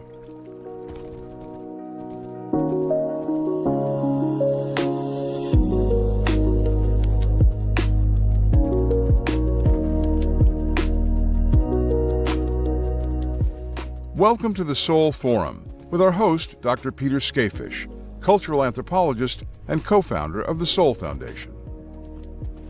Dr. Eric W. Davis is a leading expert in advanced aerospace propulsion concepts and applications, with 4 decades of combined aerospace industry and academic experience. Dr. Davis led many advanced research projects for the U.S. government and aerospace industry and was the science advisor to the DoD's classified OSAP, ATIP, and the UAP task force. Eric, welcome to the Soul Forum. We really appreciate having you here. Thank you very much. I'm happy to be here. I want to, just start off by noting, your significance in the public conversation and the conversation in Congress about government UAP secrecy. People have known your name, around since the time of the phenomenon. People who aren't just, UAP enthusiasts, the phenomenon. And they've known you both as a really significant scientific voice on government projects concerning UAP, but also as somebody that investigated government secrecy, both on behalf of the government and also for the National Institute of Discovery Science that was started by Robert Bigelow. So you've been a really, really important voice on figuring out what's going on with UAP secrecy, and also working on the physics of the phenomenon. But now I think your role has increased in the public conversation where you're making some very bold, huge claims in the age of disclosure. Some of them have been out there, some of them haven't. But you and Hal Puthoff are in a sense, in the major supporting roles there, really delivering some, to a lot of people, astonishing claims concerning crashed and recovered UAP, the so-called legacy program, the recovery and reverse engineering program, knowledge of this program and of events that it's had to deal with by U.S. presidents. These are really astonishing claims for people that don't follow this. And to a lot of people, they'll be implausible.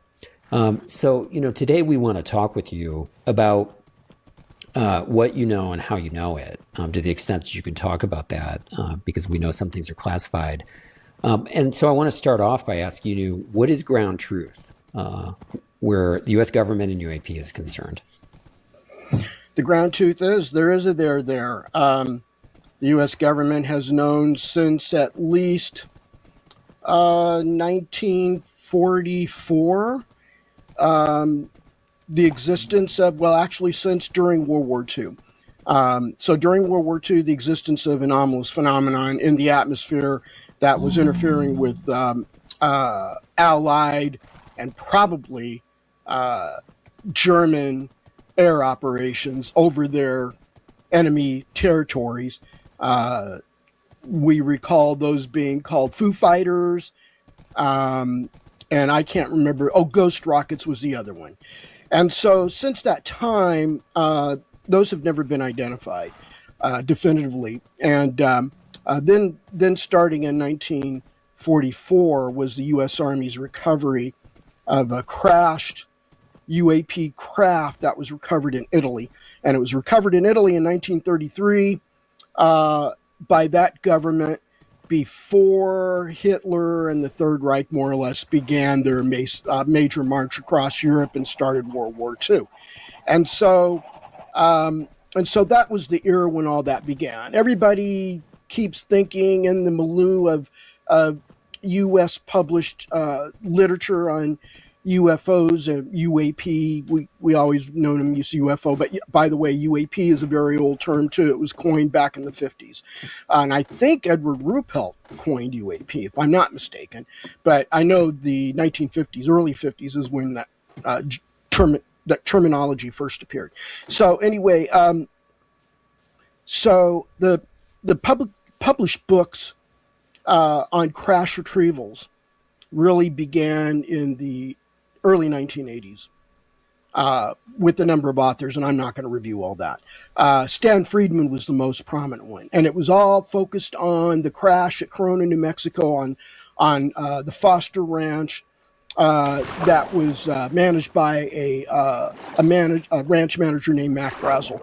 And of course, that was misidentified or mischaracterized or misrepresented as the crash at Roswell, or the Roswell crash, when it was no such thing.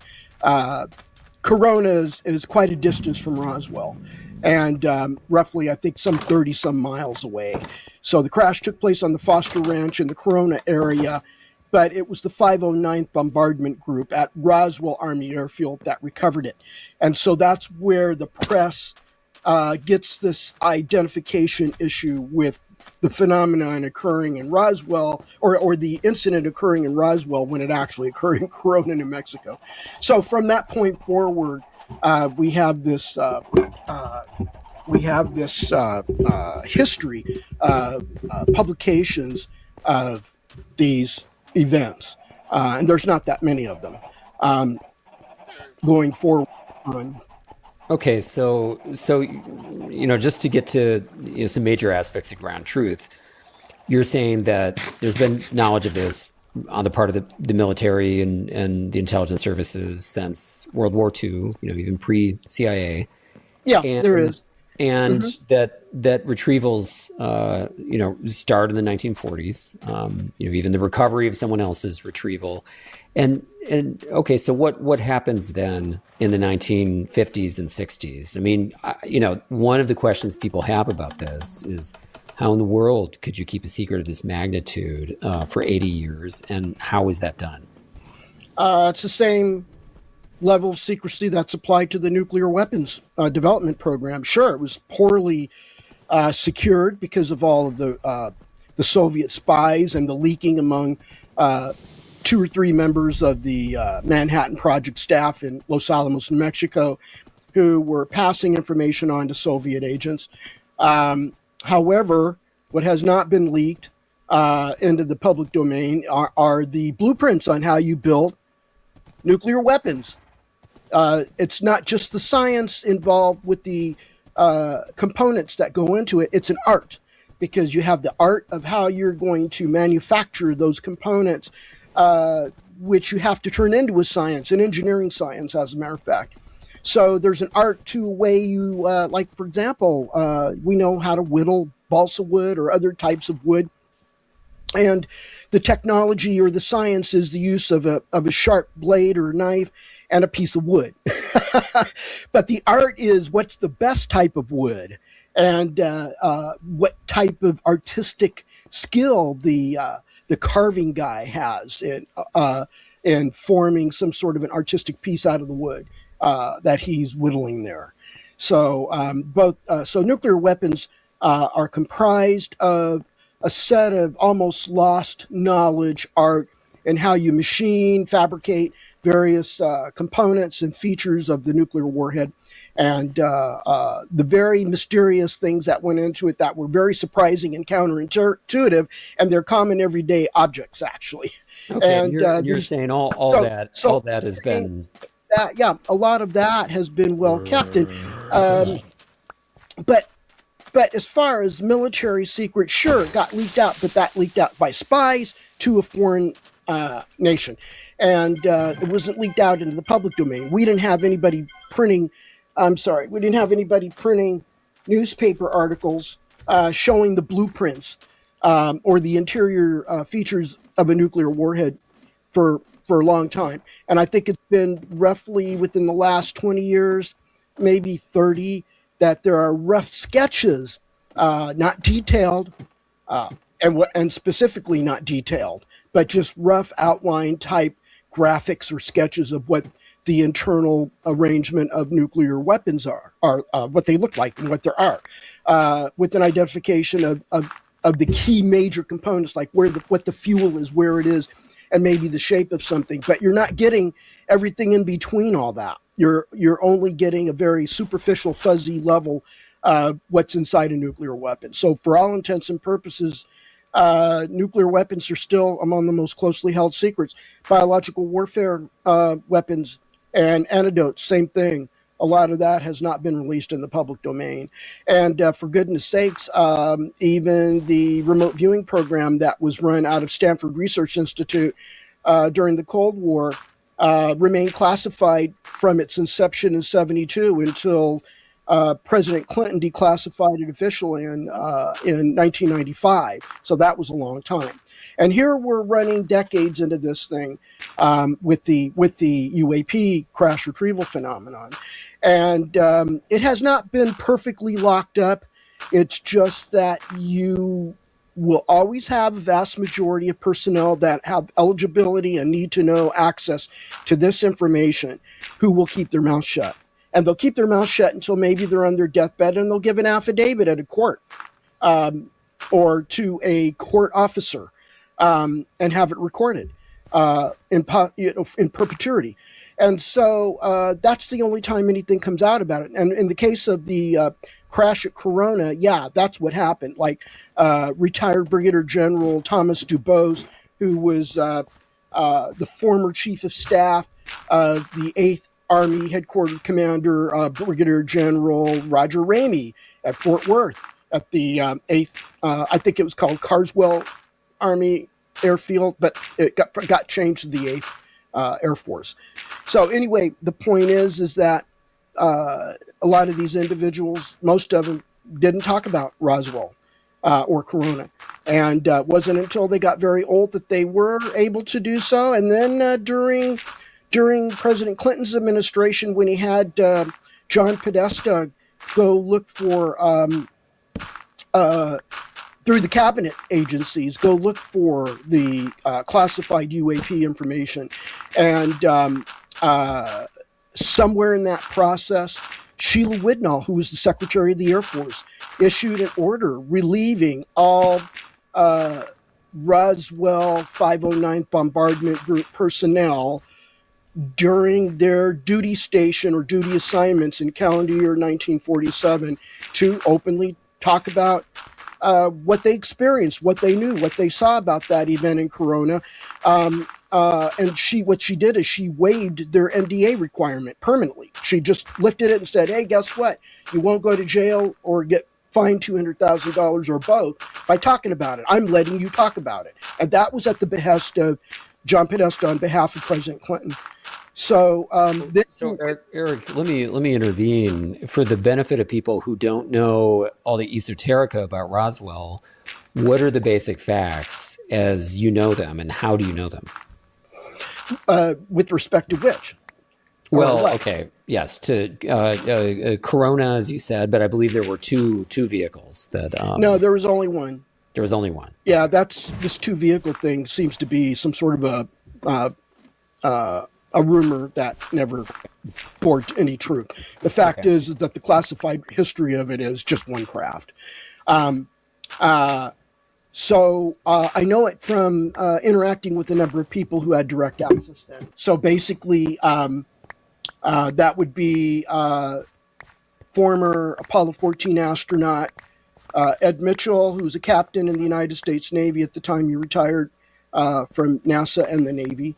And there would also be my interactions with Brigadier General Arthur Exon, who was the base commander at Wright-Patterson Air Force Base right around the late 50s, early 60s period, because he had personal firsthand knowledge and interactions with the 509th Bombardment Group's command staff during that period of time. He was on a TDY there. for a period of time in roughly August, I think, or September of 1947. And then he had to do another TDY trip from Wright-Patterson to, he was at Wright-Patterson, not as a commander. Like I said, he was there as the base commander, late 50s to early 60s. When he was at Wright-Patterson, I meant he was at Wright Army Airfield before the Air Force was ever born. And so this was Wright Army Airfield circa 1947, before the National Security Act of 47 was enacted into law the fall of that year, which the Air Force was spun out of it as a separate military service from the Army. So let's see, I interviewed him in January and February of 2002, and it was like 7 hours of interviews spread out over just those 2 days. That was recorded and transcribed. 7 hours of interviews. Wow. Okay. And you were doing that on behalf of the National Institute of Discovery Science at the time. Yeah, correct? that was there. Mm-hmm. So this was like an official, I mean, you were being paid to investigate this, correct? Yeah, I was a professional ufologist, one of the very few in the world.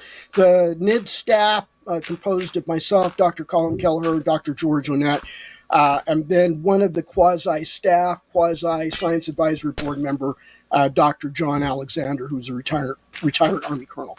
So we were on the staff. And then I'm not talking about the support staff or the investigators, that we were the scientific staff.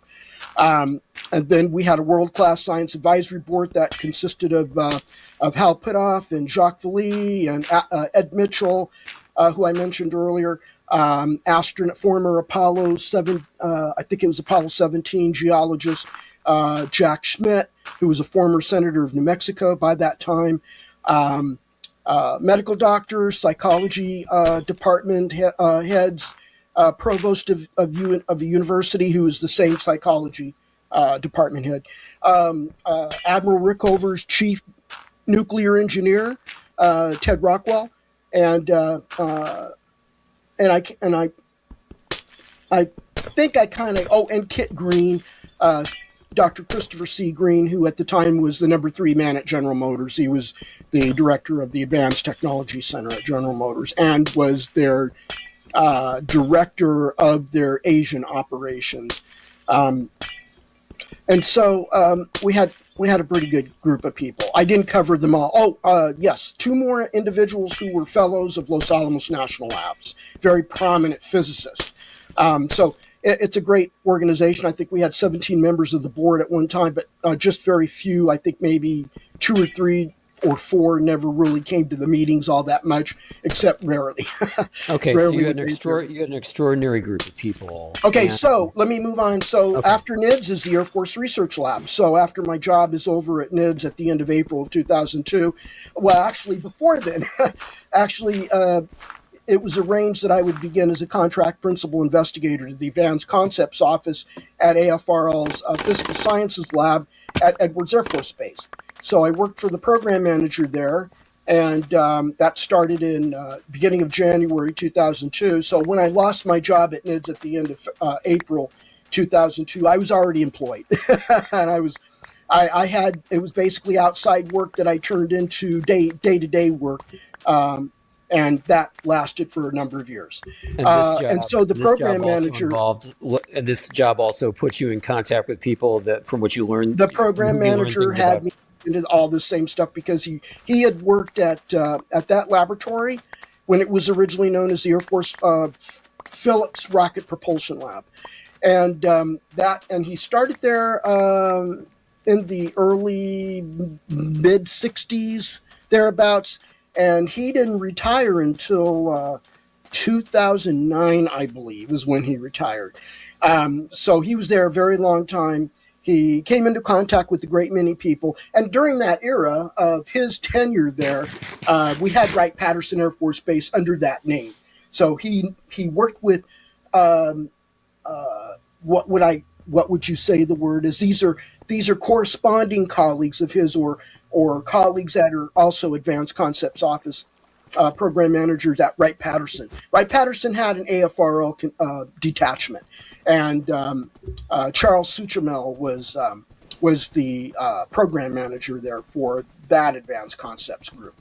Okay, and so sorry, I'm gonna keep jumping in, Eric. What did this have to do with your own investigations into? This is where a lot of my information came from. Okay, got you. Okay. Then after that, I'm working for Hal Puthoff starting in 2004. Even though I'm still doing another 2.5 years worth of work for AFRL, I'm now working full time as Hal Puthoff's senior research physicist and chief science officer. And so during that era, just, 3 years after I started, the OSAP began. And it didn't begin as the program, it began as in the paperwork phase when Bigelow Aerospace is responding to the DIA's broad area announcement. And we got pulled in because Hal Puthoff has got decades of experience, both as a Naval Reserve officer at the National Security Agency, but also as a high-level program manager at SRI, which is Stanford Research Institute, as it was known then, at Stanford University. Okay, I'm going to jump in again because I think what I want to give people a sense of is what you learned in that subsequent Air Force job that came after NIDS, and then also as you guys were ramping up to this program called OSAP, which Harry Reid initiated, because not everybody knows all the this arcane stuff. So you learned some new things with the Air Force job. You learned some new things while you're working on the OSAP. Yeah. So Hal Puthoff got brought in to help write the response to the BAA. That's a broad area announcement, which the DIA had put on the website, public.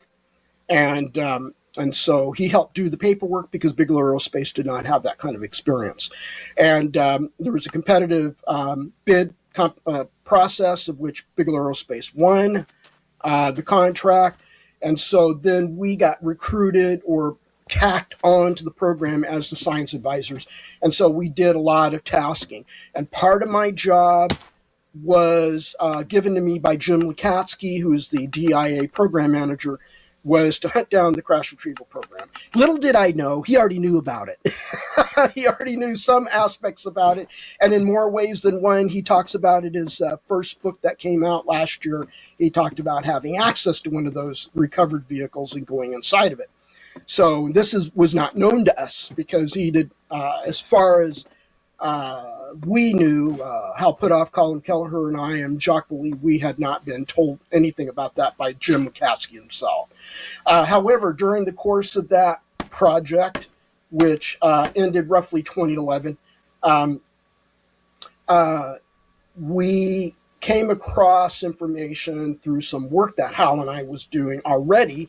Since 2004, we were already involved with a large interdisciplinary physics group with the Lockheed Martin's Space and Missile Company, because the senior VP of that company was also dual-hatted as the director of Lockheed Martin's Advanced Technology Center. And so we were working under his supervision and sponsorship at the Advanced Technology Center on work to study the structure and nature of the quantum vacuum for possible applications in a variety of industrial uses, advanced physics laboratory uses, and maybe even exploring the possibility of whether you could extract useful energy from the quantum vacuum. And I'm not talking about Casimir cavities here. That was excluded because for physics reasons, you can't use a Casimir cavity to extract energy to generate net useful work or net useful energy to output. So I'm not going to get into the physics of that. But anyway, so as part of the work during the OSAP, Hal Puthoff and I were charged with looking into the crash retrieval program. And it was really landed on my lap more specifically because I had a lot more experience with it, starting with my job at NIDS when I worked for Bob Bigelow. And Hal's too busy running his company, EarthTech International Incorporated, and the Institute for Advanced Studies at Austin, here in Austin, Texas.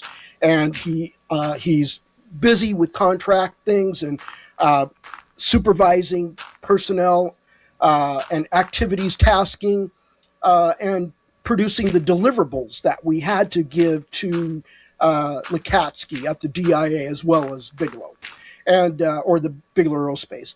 advanced space studies. So most of the work on the crash retrieval investigations fell on my lap. And both Hal and I were deputized with a letter of introduction from Jim Lukatsky on DIA stationery that explained to the reader that we had security clearances shown on our courier cards, and that we had all access and eligibility and need to know for classified information pertaining to UAP of any kind. And this was a way of getting us through the front door of these very difficult to find and very difficult to get into, or very difficult to even get an invitation to get into the crash retrieval programs. Now, you guys weren't just trying to verify that program was there. You guys were actually wanting to interact with it to get Correct. Scientific information on physics, to see if they'd made discoveries and so on. That's right. That's exactly right. That was part of the tasking under the OSAP, was for us to find that information and bring it into the OSAP. And also, this led us to the senior vice president of Lockheed Martin Space and Missiles Company, who was dual-hatted as the director of Lockheed Martin's Advanced Technology Center in Northern California.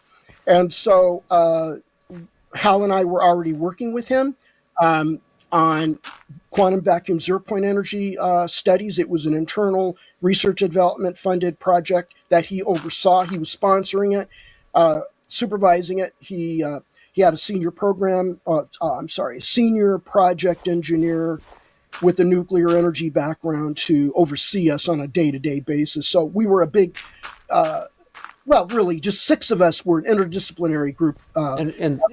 And so what did he have to do with the legacy program and UAP secrecy? Just let me get to that. So basically, we had this program on studying the quantum vacuum structure, and in our interactions with the senior VP, we found out from him that he had worked on the crash retrieval program, starting right after he was hired by a program manager at Lockheed Skunk Works. And so he and a future coworker of his both attended universities in Illinois. They both graduated with their doctorates in 1970. She was a mathematician. The senior VP I'm speaking of graduated with earned his PhD in material science.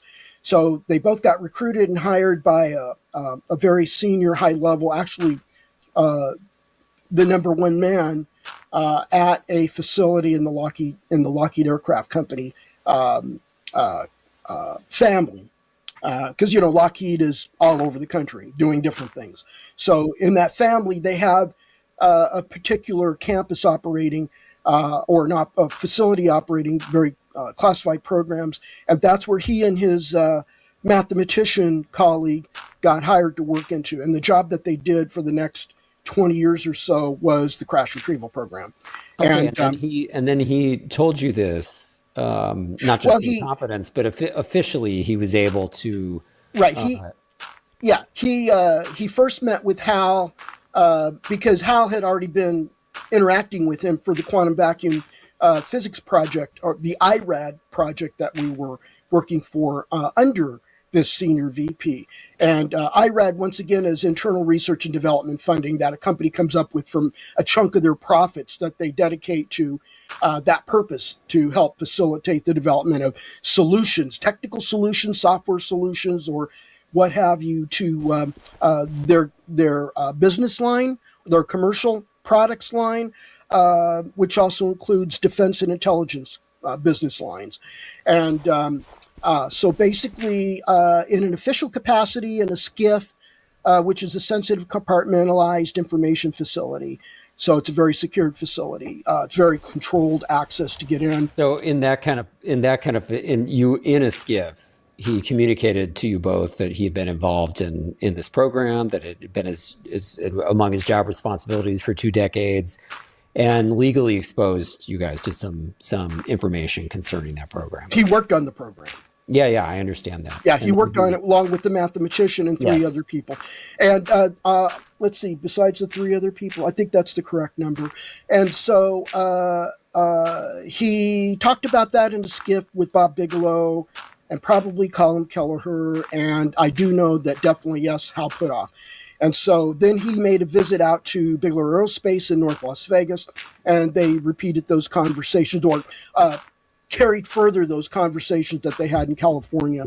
And then I had my interactions with him because I was already working on the quantum vacuum energy and quantum vacuum structure project after Hal hired me in late 2004. And so I got pulled into that because my background is in quantum field theory and general relativity.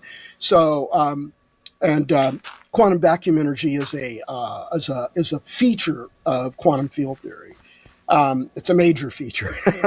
So basically, I had many interactions with the senior VP, and there were times when I need to go to San Jose or San Francisco to attend technical conferences like the IEEE conferences or the SPI Photonics West Conference. That's the International Society for Optics and Photonics. They call it SPIE. And so you interacted with him frequently, you're saying, when you were... Yeah, just about twice a year, during the OSAP. And then so, Eric, I want to slow you down and ask you, I mean, at some point, he's telling you directly, just as he told your colleagues directly, that he worked on this program. This program's real. He's disclosing some things about this. I mean, how did you feel about this? You'd already known it was real. You had a major admiral. Oh, that was a big eye opener. That was like I had already investigated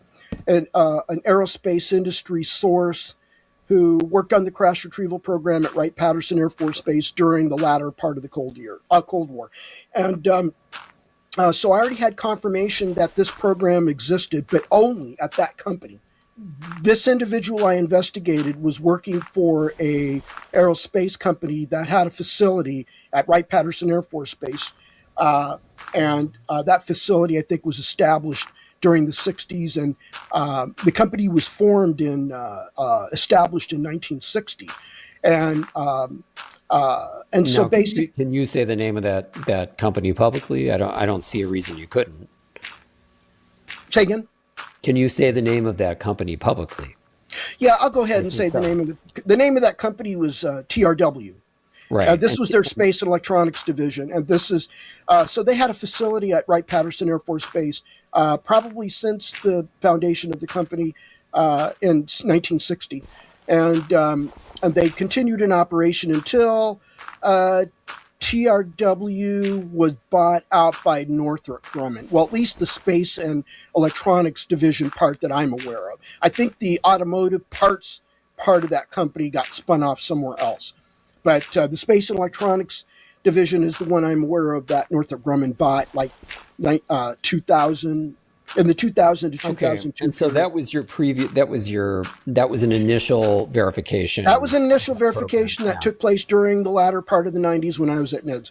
Now here it is. We're in the mid, going into the late 2000s, and I'm working for Hal Puthoff at Earth Tech International Incorporated here in Austin, and we're dealing directly on, we're working on a classified UAP program that's run by the Defense Intelligence Agency.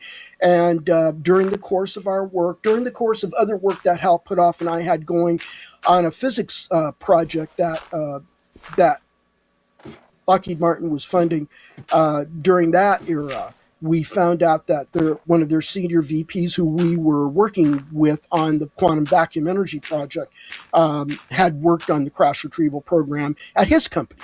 Yeah, and you just said that was a big deal to you to discover that. Yeah, because now it's coming from a second company. I already had information circa 2004, circa 2003 actually.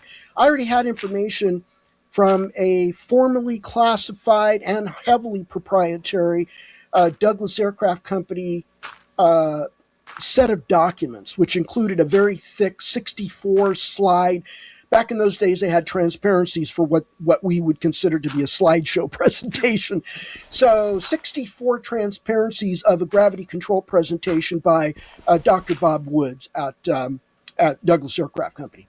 And he was working on UAP investigations to find ways to ascertain from witness statements, any other evidence, anything measurable that could give hints on the type of propulsion that drives a UAP.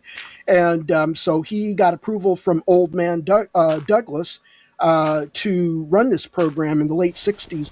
So 1968, he's giving a program update to his management, and there's a 64-slide presentation of which the last or next to last one named the principal companies that were actually involved with UAP investigations, and those companies were identified.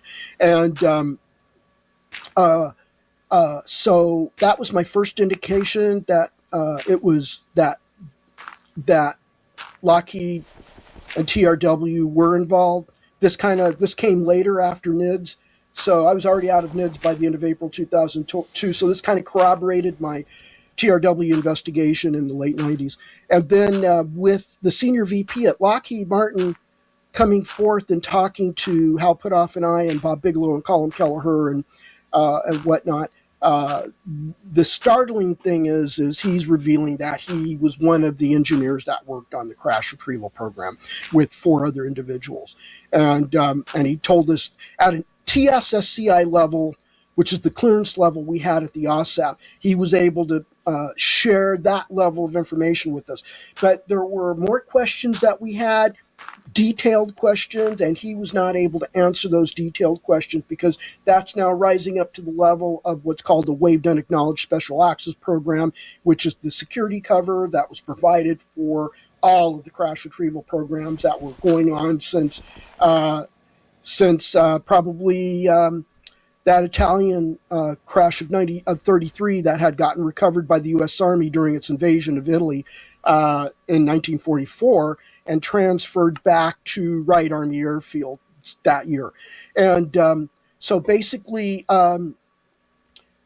this was kind of startling because now it's like, okay, we're actually talking to somebody who's at a senior executive level in a major aerospace defense corporation that's pretty huge. And it's actually the largest in the world, and the profits this company makes is obscene. And, okay, so your even though you know, so there's credibility behind it. And of course this is all in classified settings. So we know this is all legitimate. The only problem is we couldn't get further because we needed to get waived unacknowledged SAP clearances, and unfortunately. I don't know what was going on in the background of that. I do know that Harry Reid and Jim Lukatsky attempted to get that kind of security clearances for all of us, and Harry Reid failed because the Deputy Secretary of Defense during that period, which was the Bush administration, was William Lynn. And I might be wrong. It might have been the beginning of the Obama administration. I'm a little fuzzy on which year Obama came into office. Wasn't it 2009, I think? Yeah, 2009. Yeah, okay, so it would have been William Lynn then in the Obama administration. So he turned it down. He turned down Harry Reid's request, but that was easy to understand because Harry Reid was not going through normal channels to make a legitimate request. It really had to go through Lukatsky. Interesting. I want to make sure people know where we are with this. You're talking about the person who was then the majority leader of the Senate, Senator Harry Reid of Nevada, who initiated the project, the UAP research project that you and your colleagues were working on. So I want to go. I want to go back to something here, which is that you guys are discovering this program is real, and that's stimulating you to try to get further access to the information it has. Really, yeah, because the OSAPs look OSAPs. I don't want to really speak for Jim Lukatsky, but I'm looking at all the years we worked on this, all of our conversations, both private and face-to-face. I had face-to-face conversation with Lukatsky before he went on a medical leave of absence when we met up at the Army Research Lab in Adelphi, Maryland, to attend a workshop. And we got together. We went off someplace very quiet where there was nobody around, and we had some discussions about this topic. The main thing, the main drive was the theme, the word I was looking for, the overall theme we had is we have a phenomenon. We know it's real. We don't know where it comes from. We don't know what its motivation is. And there is evidence. There's not only classified military evidence, but there's unclassified civilian evidence. And there's scientifically analyzed civilian evidence.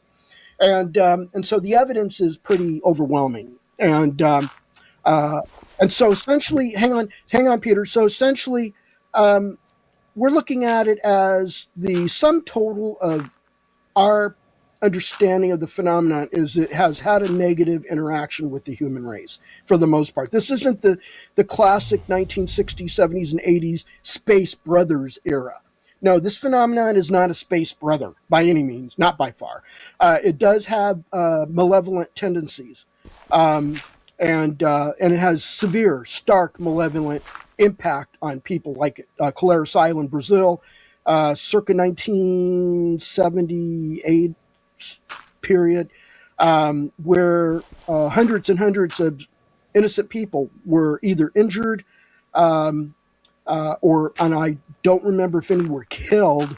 I think there were a few, or my memory's fuzzy, but I do remember seeing a histogram chart of the different types of injuries that were reported by the medical doctors that saw the victims, and it was a lot. It was a lot of injuries. I just don't remember if people had been actually killed during that encounter, and that was a very long, multi-day encounter back in those days. And so we see this, and then we see what happened with the USS Nimitz Carrier Strike Group in the first week of November 2004. So this is an interference by a tic-tac-shaped UAP with the Carrier Strike Group's certification operations down in the ocean way southwest of San Diego. And so they're going to be deployed to Persian Gulf, and the problem is they have to be certified before they can enter combat deployment. So they're doing the pilot flying, the pilots on the aircraft carrier have to do their flying routines and practice attacks and whatever con ops that they've designed for their deployment in the Persian Gulf. And the ships have to do the same thing. The surface warships and submarines that are in that strike group have to act like in a simulated fashion what type of scenarios they could be coming up against, and they've got to plan and prepare and get all the personnel spun up and ready to go so that they don't trip over themselves when something real happens during the Persian Gulf, so that they can effectively do their job.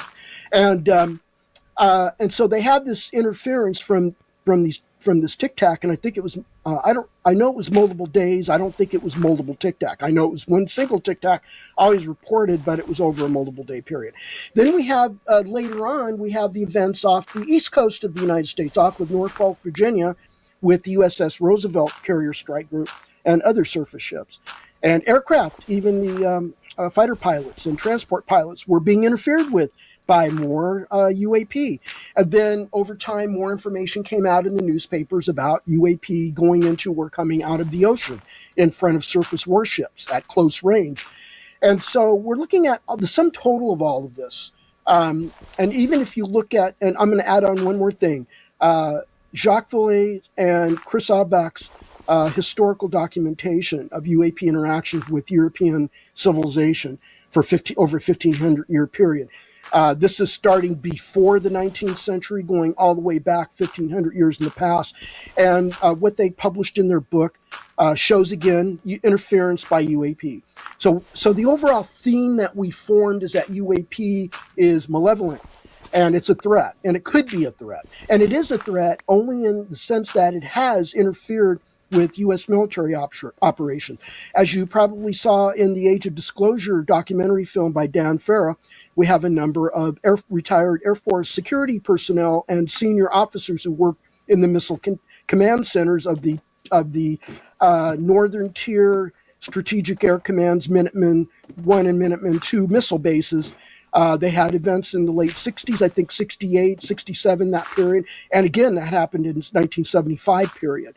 And where a big UFO is hovering over an ICBM and it shuts down a dozen ICBMs sitting in their missile silos, the warheads are shut down, the rocket, the launch vehicle is shut down, and they did it to the Soviet Union. So the craft go over there, and they also shut down a dozen Soviet ICBM silos. The missiles are dead, the warheads are dead, and those are nuclear warheads.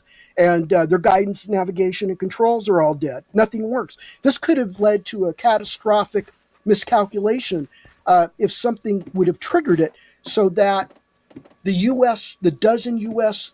Minutemen ICBMs that are dead, if something had triggered the Soviet Union to attack us, those missiles we couldn't use them. They'd be dead. So we're in trouble. Yeah, and the same vice versa with them when they got their situation shut down. So this has been a threat, and we've seen no positive, contact where they're here and they're openly exchanging information. They want to contact the elite scientists of the world. They want to give us something. They want us to give them something. They want dialogue. We're not seeing that. We're not seeing the Space Brothers stuff. We're seeing probably one step beyond the day the Earth stood still. This is where Gord is actually destroying things because that's what appears to be going on. They're harming people. They've harmed individual civilians. They've harmed Betty Cash and Vicki Landrum back in December of 1980 on their road trip outside of Houston. And they harmed Travis Walton also in that period of time. They harmed 2 security police officers at the Joint Air Base Lakenhurst and Bentwaters, I believe it was. And that was the Rendlesham Forest incident, also December 1980. And those 2 gentlemen got absorbed some ionizing radiation and endured some horrific health effects, of which they were classified. They couldn't get treatments because the Air Force classified their medical files. So it took Senator John McCain to force the Department of the Air Force probably to release John Burroughs' medical records. I don't know what happened to Peniston's medical records. He probably, I haven't heard his story, but I met John Burroughs. He came to visit Hal and I. So this is the theme we see. And this is why we want access to the crash retrieval technology. We want access to it because they've gone 80 years without successfully reverse engineering anything. They have a basic understanding of the material science that's involved, but they don't know how to fabricate it, reproduce it on Earth in our best aerospace defense factories. And propulsion and power, geez, that's even a bigger mystery, because Lukatsky said in his first book that he went inside a craft and they didn't recognize any propulsion or power system. So it's like, how are these things flying? So we want to get access to that because we want to look at beefing, because we're getting too close to parity with China. Russia, I know a lot of people in the DOD or the Department of War are going to disagree with me. I don't consider them to be a near peer anymore. They've got nuclear weapons, sure, but they've been losing terribly on the battlefield in Ukraine, and they've been only inching along here just recently. China's our main problem. And Eric, I hate to interrupt you, but we have to go to a break. So we're going to go to a break and come back, and then I'm going to pick up some of these threads. Okay, we got a lot in play here. So good. The Soul Foundation is dedicated to advancing groundbreaking research on UAP and shaping the global conversation about the phenomena, governmental and societal disclosure, and related frontier topics like consciousness. By becoming a Soul member, you join and financially support a network of deep thinkers, scientists, and policymakers committed to these vital explorations. To join, go to thesoulfoundation.org or click the link in the description below.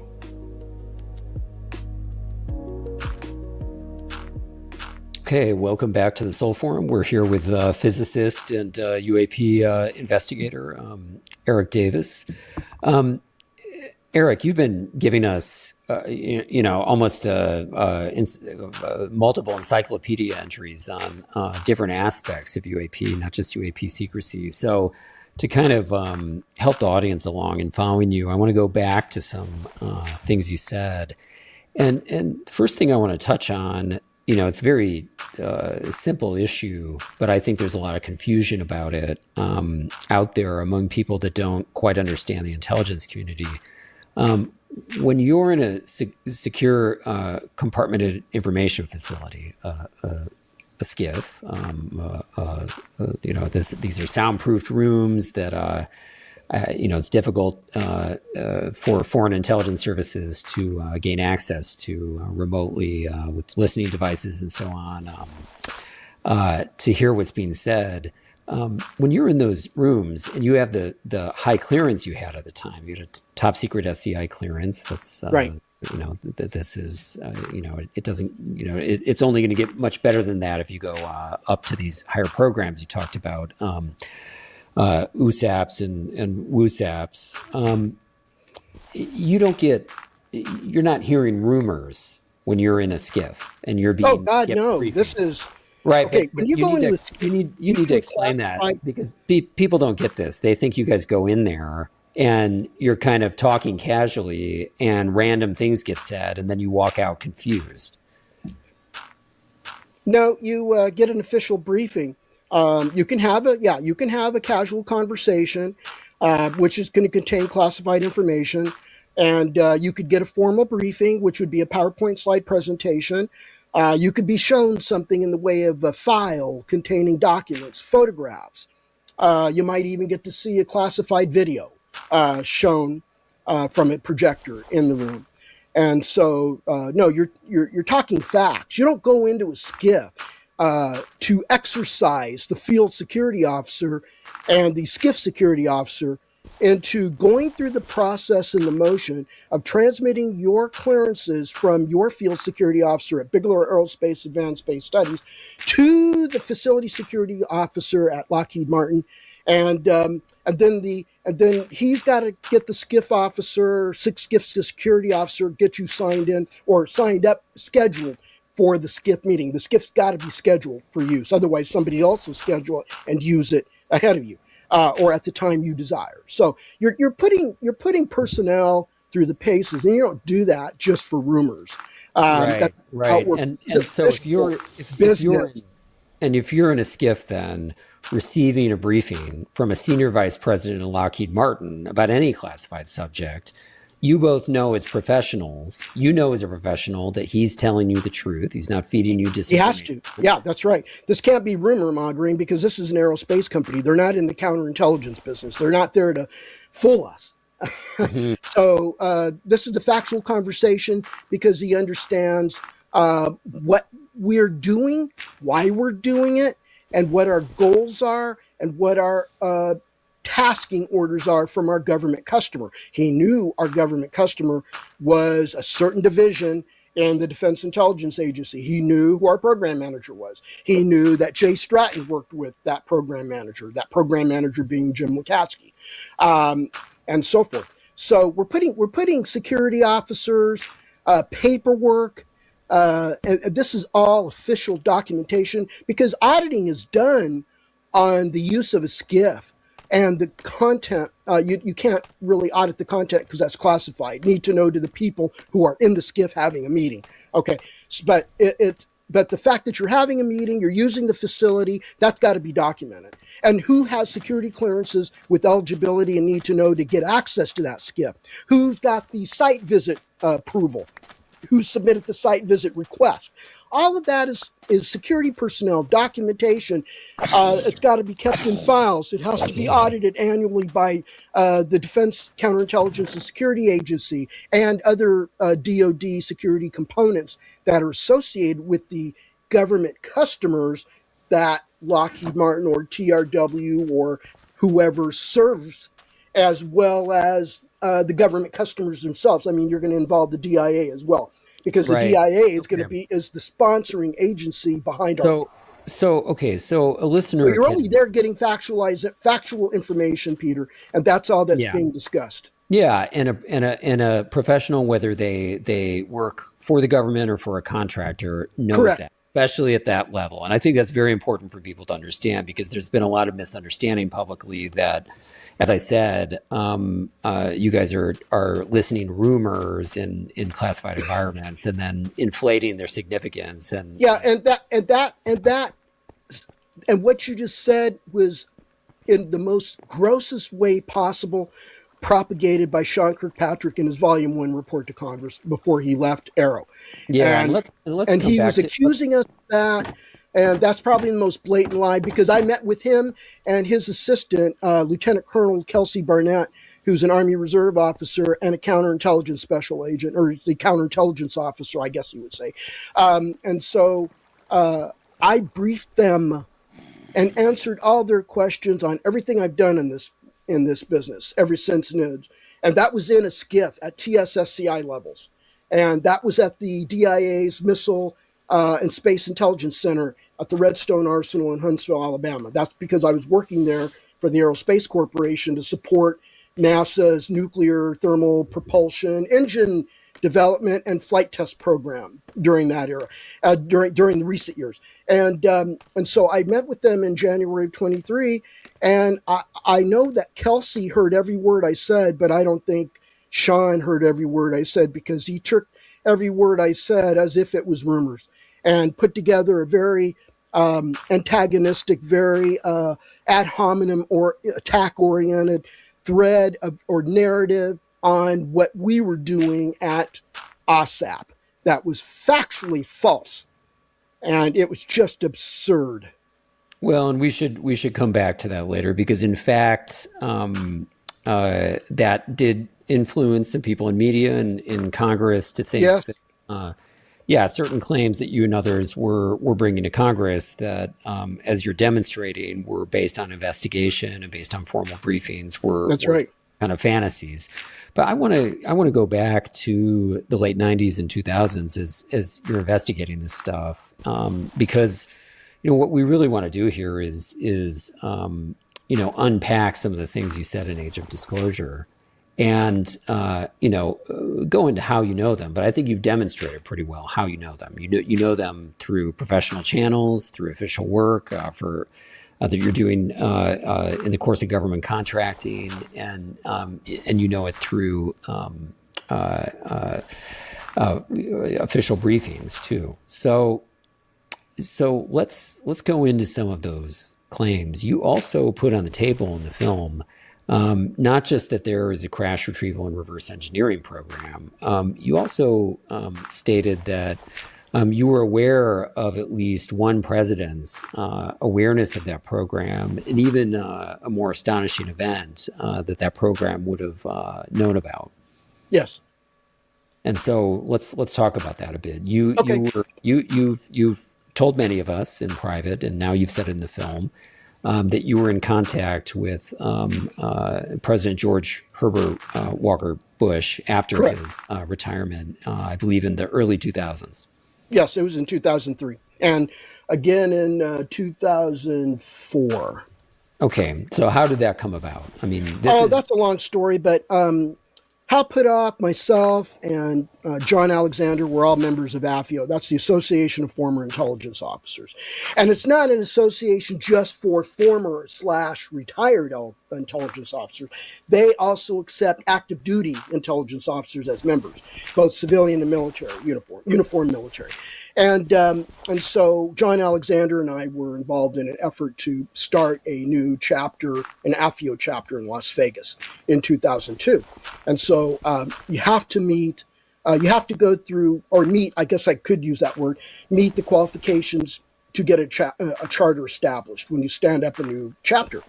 And so during the course of that, you check off all the boxes, and then the president of AFIO and the executive director of AFIO are going to come to the chapter, attend a dinner, one of the weekly or twice monthly dinner banquets, and then they'll award us our charter because we checked off all the boxes, we met the membership requirements locally, and we're doing the things to promote membership benefits to those local members to qualify for a charter. So during that, I'm exposed to senior intelligence and counterintelligence officials at the NNSA, the National Nuclear Security Agency. And I also get to talk with the executive director of AFIO, who is deceased as of 2003. His wife died of cancer early that year, and then he was in the Pentagon gym and had a heart attack and died in September of that year. So anyway, before that all happened, he facilitated my contact with George Herbert Walker Bush.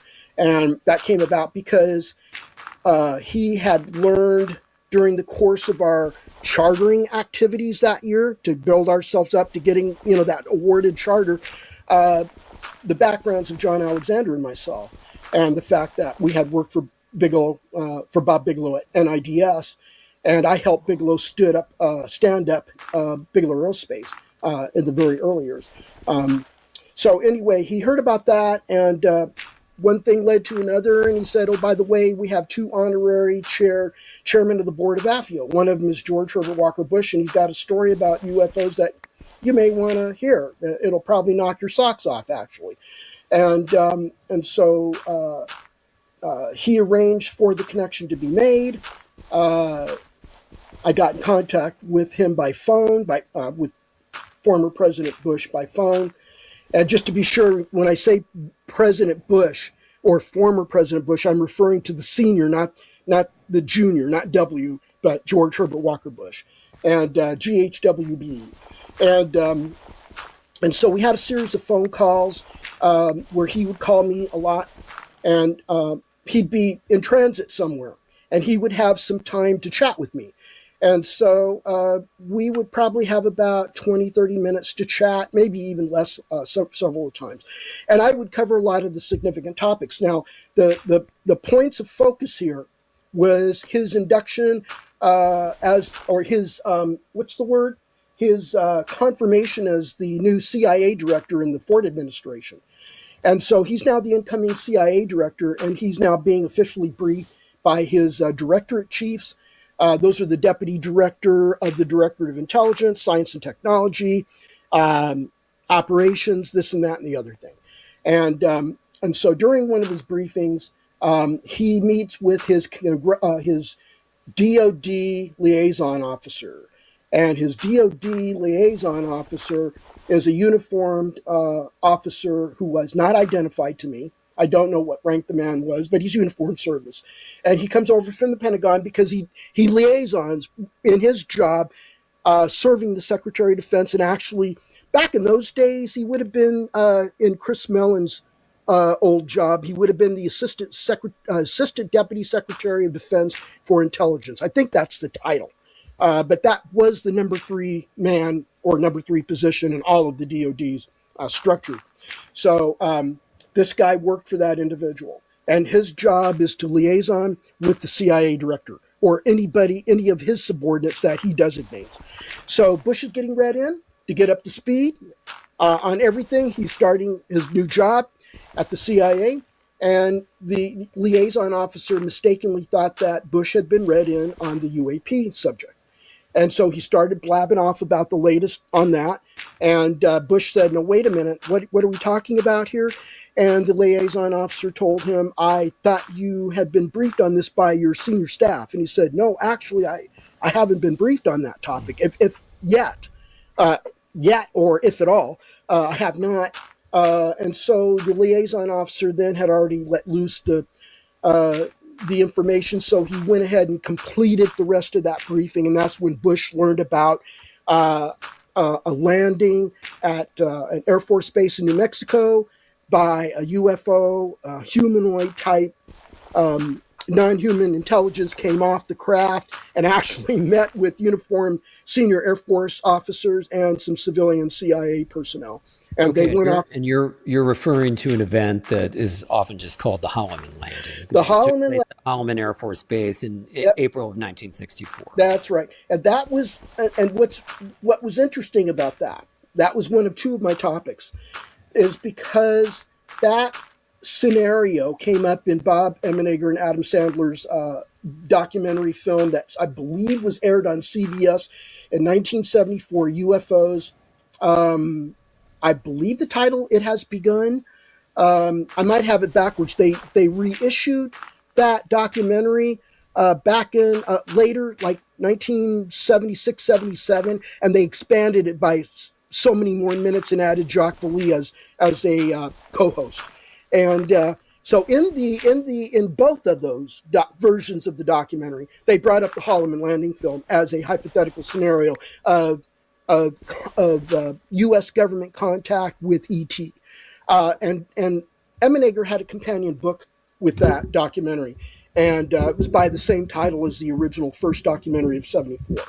And there's a chapter in that book that was authored by a former Army psychologist, a psychological warfare expert.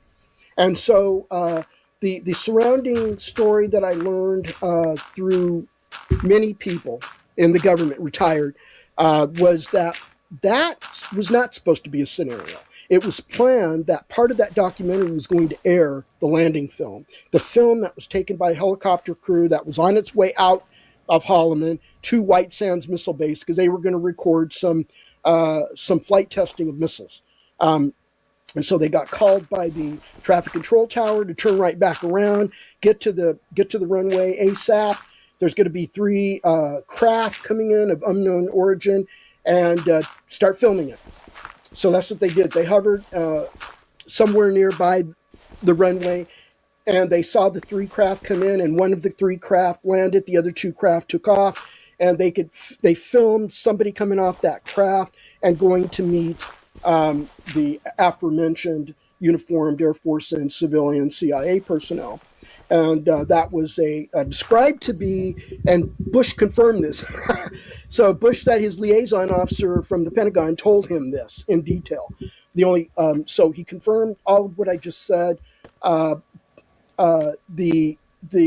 NIH being looked Nordic, like Northern Europe, big, tall guy, white.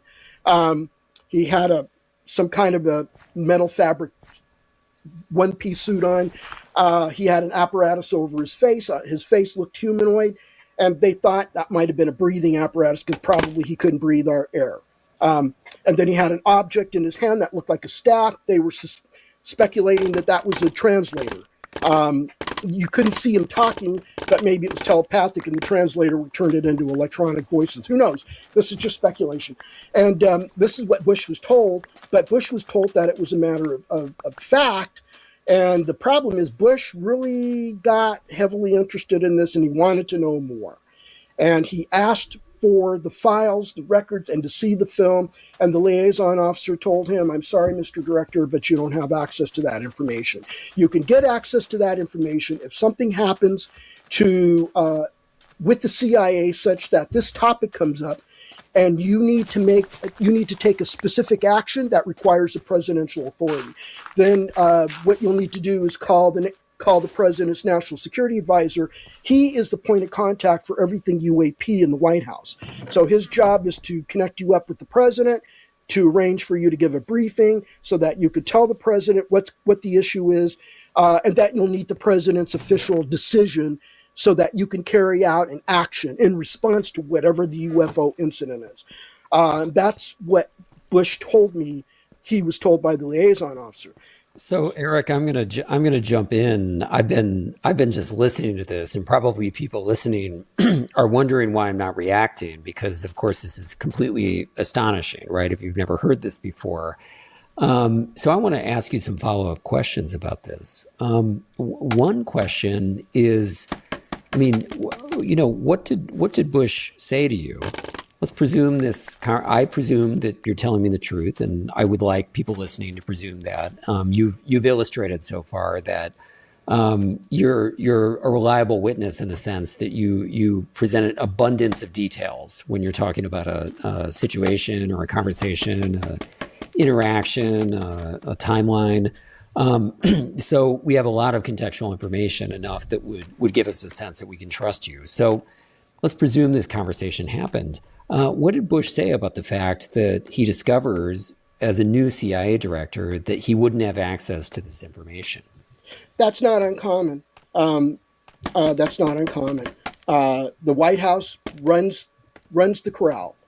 So when the cattle are told, you can get information, then the cattle will get the information. But he was told he's one of the cattle, and they decide that in this particular instance, the liaison officer made a mistake by assuming that he had already been read in on the Holloman landing film when he wasn't, because that's what he was leading off with, was crash retrieval, alien contact with the government, and that kind of thing. And then he realizes, oh my gosh, Bush is acting, Bush told me he was really puzzled because he didn't know what the guy was talking about.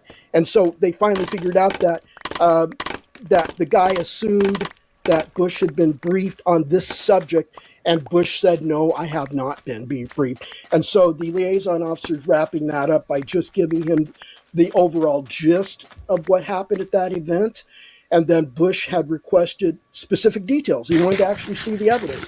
And that's when he was told by the liaison officer, you cannot have access to that as evidence. You have to go through the National Security Advisor to get access to that evidence. But before that happens, somebody in your organization who, the CIA, that would be Bush's organization, somebody who holds that portfolio or owns it, will be instructed to give Bush a full briefing on everything before Bush can go to the president to talk about whatever the UFO / UAP event occurred that requires him to go see a president. So then you just need to go through a higher threshold of need to know. And that's what the liaison officer was telling Bush. And that's how Bush told me. He just said, for all intents and purposes, there's a higher threshold of need to know for you to get the specific details down to the last sheet of paper and photograph or films. And you haven't met that threshold yet. When that threshold occurs, that's when you get briefed. And permission will be given for you to get briefed. And then you go see the president to talk about whatever the big issue is that you've got. But it's got to be relevant to this alien contact situation. That's what it all surrounds. That was only one half of that conversation. The second half of that conversation was to verify Phil Corso. Okay, and you should tell us who Phil Corso is. So Phil Corso is a retired lieutenant colonel, United States Army. He was in the invasion force of Italy. He was an intelligence officer. So he was doing whatever he was supposed to be doing during that era of World War II. And his commanding officer was General Arthur Trudeau. So World War II ends.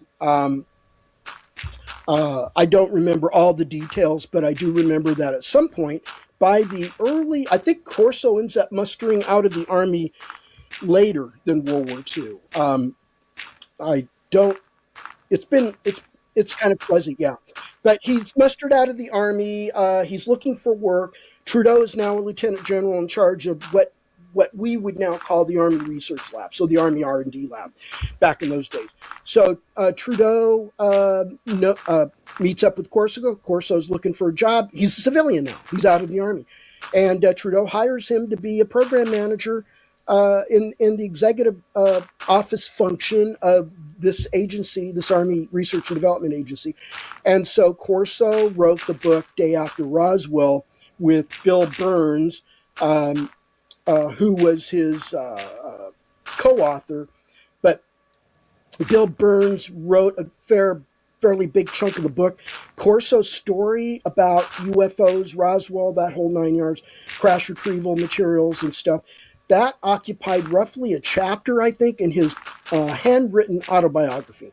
So he has a handwritten autobiography, and he's trying to sell it. He wants to sell it, but he's such an awful writer. I've got a copy of it, and he doesn't know how to tell a story very engagingly.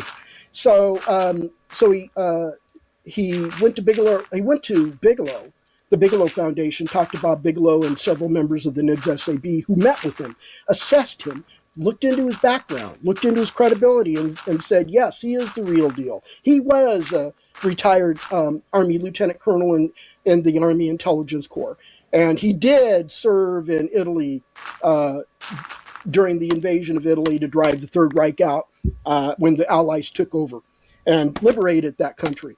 And so he did work for Arthur Trudeau, who was his commanding officer. And he did muster out some time in the later years out of the Army, became a civilian, and ended up getting hired by Lieutenant General Arthur Trudeau to work on an aspect of the crash retrieval program in which components that were coming out of the program were sent to Corso, and Corso's job was to do the equivalent of issue CRADA, or broad area announcement contracts, to various defense intelligence or defense aerospace companies for them to reverse engineer these components. And these components came from crash retrievals of UAP craft. And that's the gist of the story he told. The problem is he's such a poor writer that Bill Burns embellished that book heavily and wrote a bunch of nonsense about Star Wars, Reagan, alien invasion, and all this stuff in it, and it got hyped up pretty bad. And it made it so engaging of a read that it was the New York Times bestseller for a whole year, I think, or even longer. Senator Strom Thurmond wrote the foreword, but after there were bitches and griping about that foreword, Thurmond thought he was taking a reputational hit, so he asked the publisher, I can't remember, was the publisher Penguin Press or something? They were part of Vince Cerf's publishing house. He was one of the panelists on What's My Line? And he owned the publisher. Oh, Random House, I think it was. Random House. So this was this book, the publisher of The Day After Roswell was a Random House affiliate publisher. I thought it was Penguin. Okay, but let's go. But anyway, let's go back to what Corso did. He was distributing allegedly. He claimed pieces of. No, he didn't allegedly. He did claim. He did make that claim. Yes, I understand. And these are the areas that Burns did mess up, but Burns rewrote a lot of other stuff. We got that. So he was distributing. He claimed pieces of fragments of recovered technology to defense aerospace components. And the purpose of bringing that up with George. Hey guys, hope you're enjoying the stream so far. We're at the 2-hour 45-minute mark on this stream. I need to get some water, so I'm just gonna be a minute, and then we will continue this stream and this podcast. So real quick, I'm admiring the placement of this because I'm so glad that I started all over, and that's what happens, you know. Had I built it from its original size, I would have hated it and I would have complained. And sometimes you just gotta start over to get the right size, and I finally got it. This is the perfect height. It'll be the perfect size. You can see it from everywhere. You need to see it, but it doesn't stick over the mountain. This is the mountain where the roller coaster is on. I didn't want it to be higher than the mountain. I wanted this to peer out from behind the mountain, like so. See how that sits there? See how that sits perfectly in the middle? That's what we do here at HeadshotH4rry. Look at that. It's going to be so glorious. It already is. Like if I just left it, it'd still be awesome, but we're going to make it even more awesome. It looks great so far. This is really hard to build, by the way. This is really hard. And I'm not even halfway. It sucks. As far as overall build, I have to build this all out of dirt first and then replace each block manually. Because we're worth it. Because you're worth it. This is sick. Yes, we're breathing some life, and it looks freaking amazing right now. And it's just the beginning. I'm excited. This is hard, though. It is a hard build. I'm only taking a break. Oh, look. These guys ran into each other. They're going to ping pong. But I do need to take a quick little break, move my body. I need to grab a little bit of sand. Of course, I don't have any around here. I'll take this cactus back home, though. I'm going to head back to my Enderman. I'm going to head back to my house. Take a quick little break. Hope you guys are enjoying the podcast. I know I am. Some interesting stuff, man. It's amazing what people are talking about.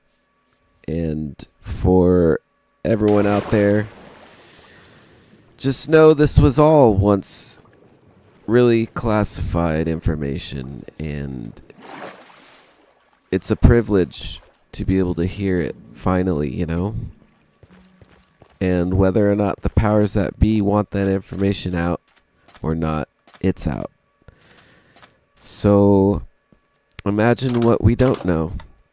And for the time being, we can only imagine. So stay positive. We'll continue this stream in just a moment, folks. Let's get some water. We'll meet right back here in just a minute and continue this wonderful podcast. Let's see how much time we have on it. There's still an hour left on the podcast, so it's a good time to take a little break. And we'll meet right back here. Cheers.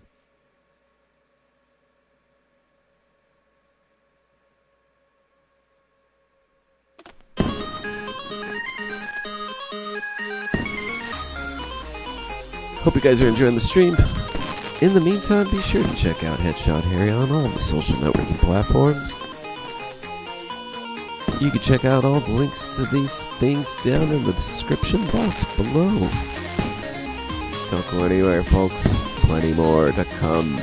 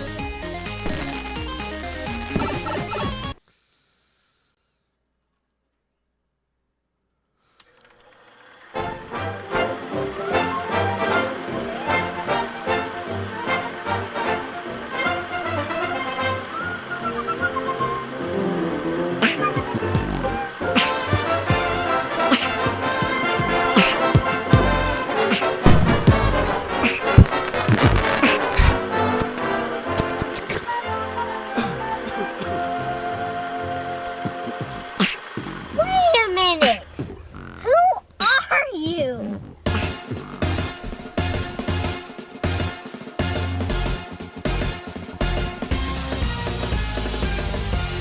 Ladies and gentlemen, people of YouTube, it is HeadshotH4rry, and we are back. Before we come back, actually, guys, do me a favor, hit that subscribe button, like it, share it, wax it.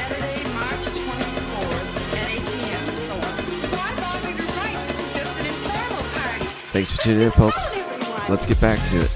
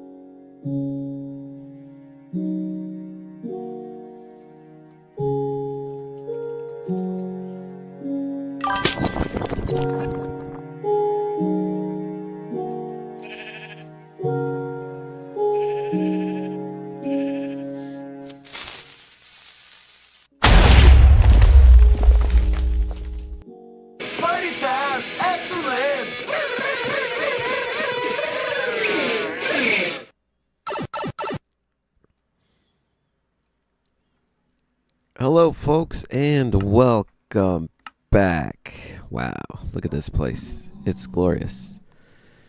If you're just tuning in, welcome. I'm HeadshotH4rry. We are playing Minecraft and listening to some interesting podcasts along the way. I will continue those podcasts in just a moment, filling you in on what's going down. Let's go to the ship. So we are working on our very old Minecraft world. And we are adding to it what could be possibly one of the greatest additions we have added in a while.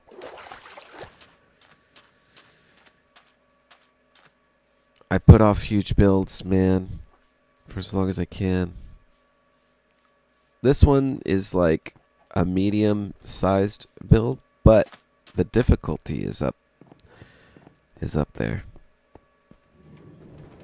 High level difficulty. Building these spherical objects in Minecraft. You can lose your mark real easily.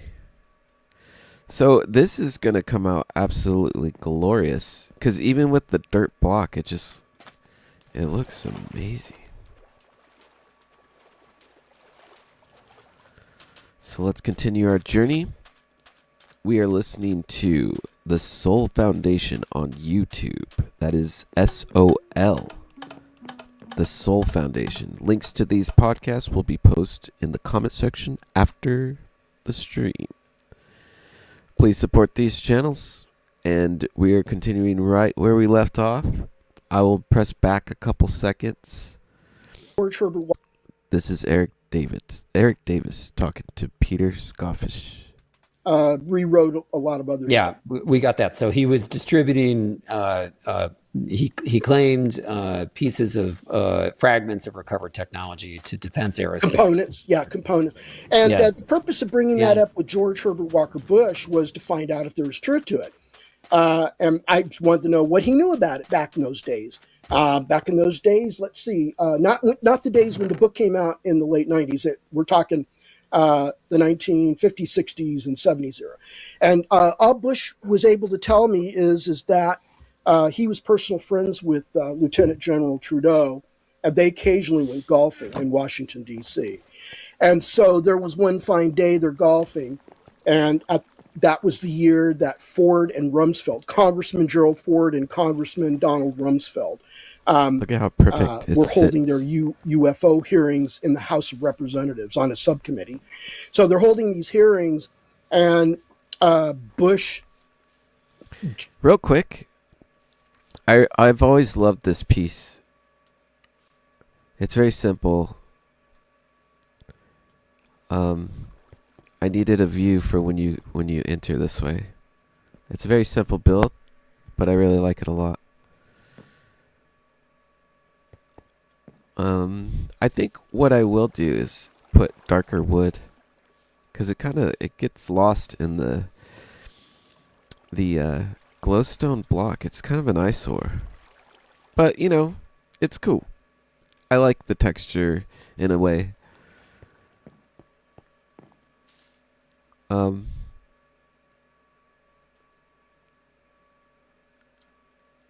Yeah, I might have to update this one and put like some dark wood fence posts instead of because you can't really see it. Kind of gets lost. But the whole point is at night. At night, it looks really nice. It's classy. It's like a chandelier kind of inspired. But yeah, let's continue the podcast. George Herbert Walker Bush told me that he's golfing with Trudeau, and Trudeau told him to get prepared mentally because the next day or so, Corso, his underling Corso, who used to work for him, this golfing outing is taking place, like I said, circa 68. And Corso's long gone. He's no longer working for General Trudeau. He's out. He's out of that job sometime in the 50s or maybe early 60s. So Trudeau's telling Bush during a golf outing that his old longtime friend from World War II, from their days in Italy, is supposed to be subpoenaed to give testimony, public testimony, at the Ford Rumsfeld hearings, that he was going to be asked questions about the recovery of a number of UFO crashes, including a couple that landed, were intact craft, and what his role at the Army Research and Development Lab, working under Trudeau, was in handling that stuff, and why they were handling it, what they were doing with it, and so he wanted Bush to get mentally prepared that it was going to be new. It's going to be like lightning all around the world when, because this is going to expose the existence of the crash retrieval program, the fact that the U.S. government had recovered either landed or wrecked alien craft, and so forth. And so it didn't happen. So that did not happen. And I asked Bush what happened to that. And he said, well, I a couple months go by, I called up Trudeau and I said, hey, do we have time to do some golfing on this Saturday? And Trudeau said, yeah, let's get together. So he asked Trudeau on the phone, by the way, your guy Corso never was on TV, or there's no news about it on the front page of the Washington newspapers or anywhere else. I didn't even hear about it on the radio. And Trudeau said that's because that got quashed by the White House. The White House got a hold of that information, and they got the White House counsel and the Attorney General to quash the subpoena, because this was considered one of the most top secret, or quote, above top secret programs, and they could not allow Corso to give public testimony under oath. And they also said that Ford and Rumsfeld did not make available a classified venue at which Corso could give a classified briefing, but he would have to be given permission from the Department of the Defense to do so, and that did not happen. So that's what generally happened. That's what Bush told me is what Trudeau had told him. And Trudeau said that the White House General Counsel and the Attorney General of the United States quashed it by exerting executive privilege over Corso's testimony, and that it was classified and that they didn't have a need to know it, and it wasn't a part of any kind of a criminal investigation, or it wasn't even a part of any official government oversight role. This was just the subject of UFOs generally that Ford and Rumsfeld were investigating by talking to experts and witnesses. That was it. So this, having Corso went beyond the scope of that, and they quashed the subpoena, and thus Corso never gave the testimony. And this was not written about by Corso. It wasn't written about in any other venue. Corso never talked about it in any interviews he gave, but this was Trudeau telling Bush this. So Eric, again, I'm just letting you go and not interrupting because this is crucial testimony for people to hear. But I mean, look, you're saying that you heard this directly out of the mouth of a former U.S. president. Yes. What did he have to say about this? Because he would have been quite shocked in the '60s to find out that was real. Yeah. And then also to discover that the White House had kind of stopped the testimony from taking place. Yeah, he was very puzzled by it.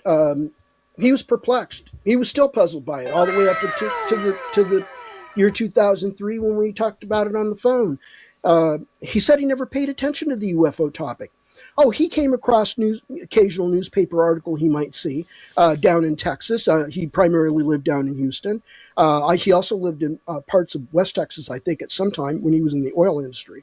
And so even after he was retired from the presidency, when he was president after Reagan, he would come across the occasional newspaper article, magazine article, or a television show or what have you. And he was always perplexed. It just didn't capture his attention. It's just that when he heard it from Trudeau, a trusted friend, a golf partner, that this was going on, it just blew his mind. But at the end of the day, he said something to me on the order of, I still can't be surprised by it because even when I was president, I wasn't told anything.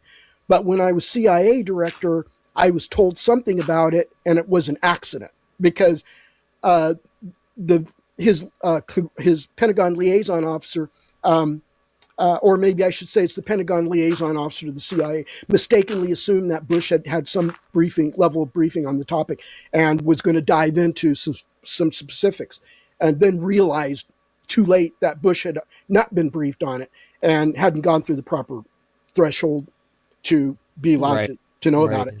So that's where it is. It's that the same story today as what we found out during the OSAP. The director of the CIA is not briefed on every little iota of everything that goes on within the CIA. He's got 3 or 4 directorates, and there's thousands of people working in those directorates, lots of people, and he's got his own executive director of the CIA, who's a civilian career employee, not a political appointee. Then he's got his deputy directors, and the deputy directors have a weird title. I don't know if they've changed those titles in modern times, but you were the deputy director of the CIA for intelligence, for science and technology, for operations, for logistics, that kind of thing. And so he's getting briefed by those guys, but those guys aren't going to tell him every little bit of thing. It's called plausible deniability. If the clandestine service, which is in the Directorate of Operations, is undertaking some covert clandestine operations in foreign soil that the local foreign government is not aware of, they don't want to brief it up to the CIA director necessarily. They do have to get approval.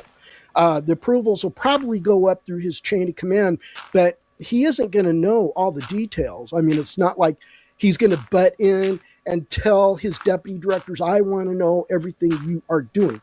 They get a general management level. Okay, here's what we're doing in general. Here's how much we're spending. Here's what we would like Congress to fund us for next year. Here's the political risk we have. Here's the international political risk we have. That kind of thing. That's the level the CIA director operates at. And sure, the CIA director can get briefed on specifics, but that only is, again, like what Bush was told by his. We got the point on there's that. There's a threshold that has to be reached beyond which they then begin to tell the director specific information. So, Eric, I want to go back to the Holloman event, which for our purposes, I'm going to say is alleged. I just for the benefit of someone listening, And I'm going to mention one thing, and you and I don't need to go into it here, but I'll mention that several people we know had crossed paths with the film that the Air Force had of this, that they had offered to the producers of the documentary that you mentioned. The story of that documentary was that they were the producers, one of whom, Bob Emenenger, was the founder of Gray Advertising, which was a major entry advertising firm that actually did contract work with the Central Intelligence Agency. Some people from the Air Force approached him and a colleague and said, "Look, UFOs are real. We've even had a contact event. We want to share footage from that event with you and have you make a documentary about it." That was one of the reasons for the documentary, was to have current or retired government officials at high level talk about this, as well as scientists, and talk about the subject on the narrative that Emeneger and Sandler developed for the documentary. And for your listeners who may not know, this documentary project and the companion book were sponsored by the Department of Defense and the MacArthur Foundation. Okay, that's how serious this was. The football quarterback the quarterback for this football, metaphorically speaking, was retired Air Force Colonel Bill Coleman, who was a bomber pilot in World War II in South Korea. He himself had a bomber crew undergoing a cross-country flight training, and they got chased by a UFO over several miles in the southeast, I think, of the United States. So he's had his own close encounter, and I mean, this was a close encounter. And so now he's retired, and he's working in the Pentagon Communications Office, which is also the Public Relations Office. They often change names. So he's now carrying this football for this documentary. And he was told that the Holloman landing film was going to be made available to Emeneger to include into the production of the documentary. And so they had to build the narrative to set the stage and the scene for what it is the viewer was going to see when they get to see the Holloman landing film. And so the same thing with Corso being pulled out of the Ford Rumsfeld hearing suddenly, as soon as the White House learned about it. The same thing happened with that film. So the film was going to be made available. It was going to be incorporated into the documentary, and it was going to be incorporated as a factual chapter of events that took place in the companion book. And then at the last minute, somebody got to Coleman and that public relations office, and they pulled that film.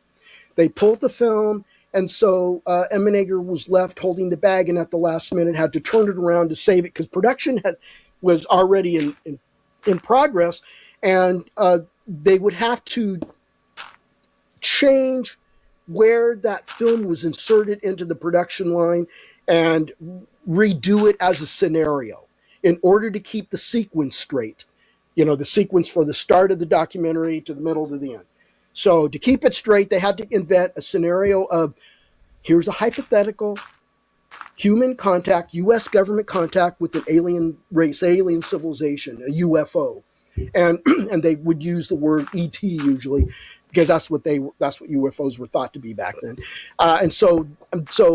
That's how they presented it. That's how it landed in the actual documentary on television. And in the companion book, that was the same thing. They had a psychological warfare expert from a university write that chapter. And that's how he presented it. He's looking at the consequences to the human psyche, our social social structure, cultural structure, religious what structure would happen from such a scenario. Yes. Okay. So, we can't go into it, but, we know, you and I both know other people. There's some of the public figures who the film was dangled in front of. And also, someone who attempted to see the film, a CIA official, and at the last minute, he was unable to see the film. So that's right. The film is this kind of almost a legend. It's almost apocryphal, and yet here you had a president saying that the film was real, and he wanted to see it. Now, I'm just saying all that so that people have some context. What what I want to ask you about is, if you have learned anything over the years, provided that this event took place, what the conversation was between the alleged non-human intelligence and the CIA and Air Force officials alleged to have had participated in the contact event. Because when this is recounted, this story by intelligence people or contractors like yourself who have had it confirmed to them, no one seems to know what happens after the landing and after the moment of contact. Yeah, it's because you have to assume that a report was written. And that's an assumption. We don't know. So either it was kept classified by not writing, not classified. The word is either it was kept off the table by not writing a report and classifying it, or there was a report, it was classified, but it's one of the most deeply held secrets.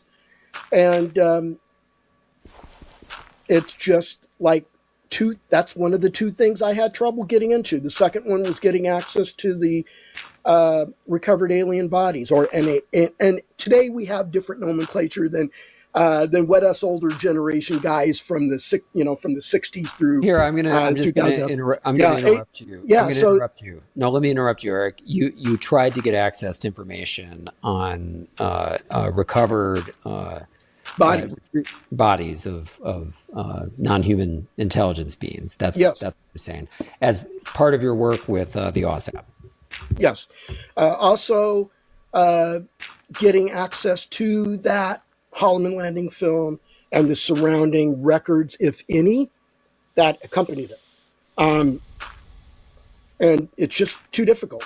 It's just one part of this whole thing that's just as deep and dark as the crash retrieval, almost darker. And it was a very difficult, impenetrable wall, with the exception that I had a president tell me about it, and I had a couple of program managers, actually one field security officer, executive administrative assistant to a program manager, and a senior VP in industry who knew about it on an official basis.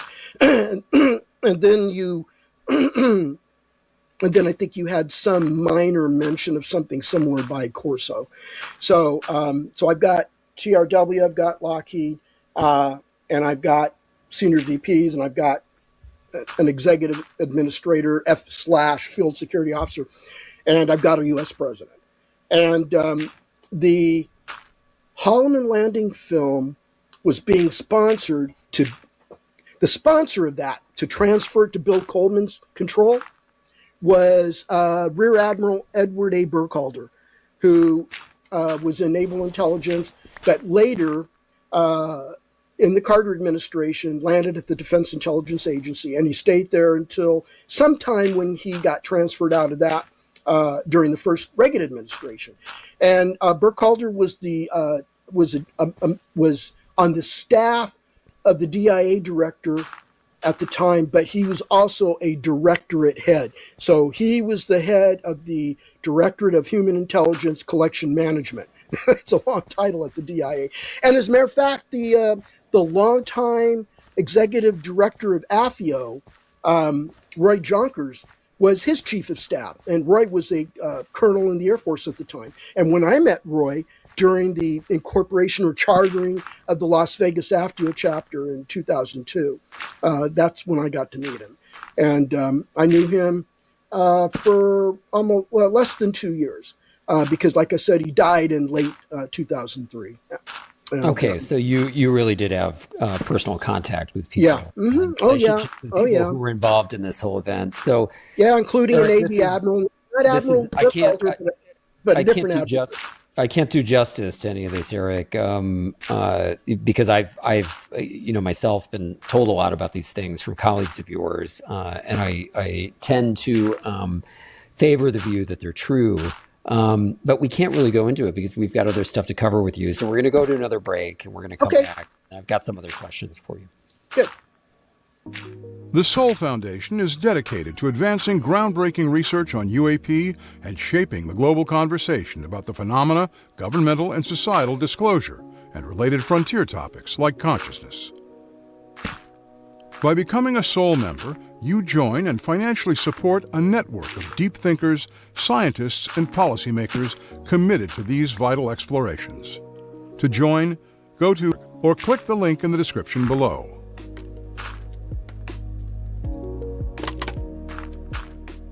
Welcome back to the Soul Forum, and Eric Davis, physicist Eric Davis, is with us as our guest. And Eric, thank you again for this abundant testimony and for being so detailed in your responses. It's very useful to people.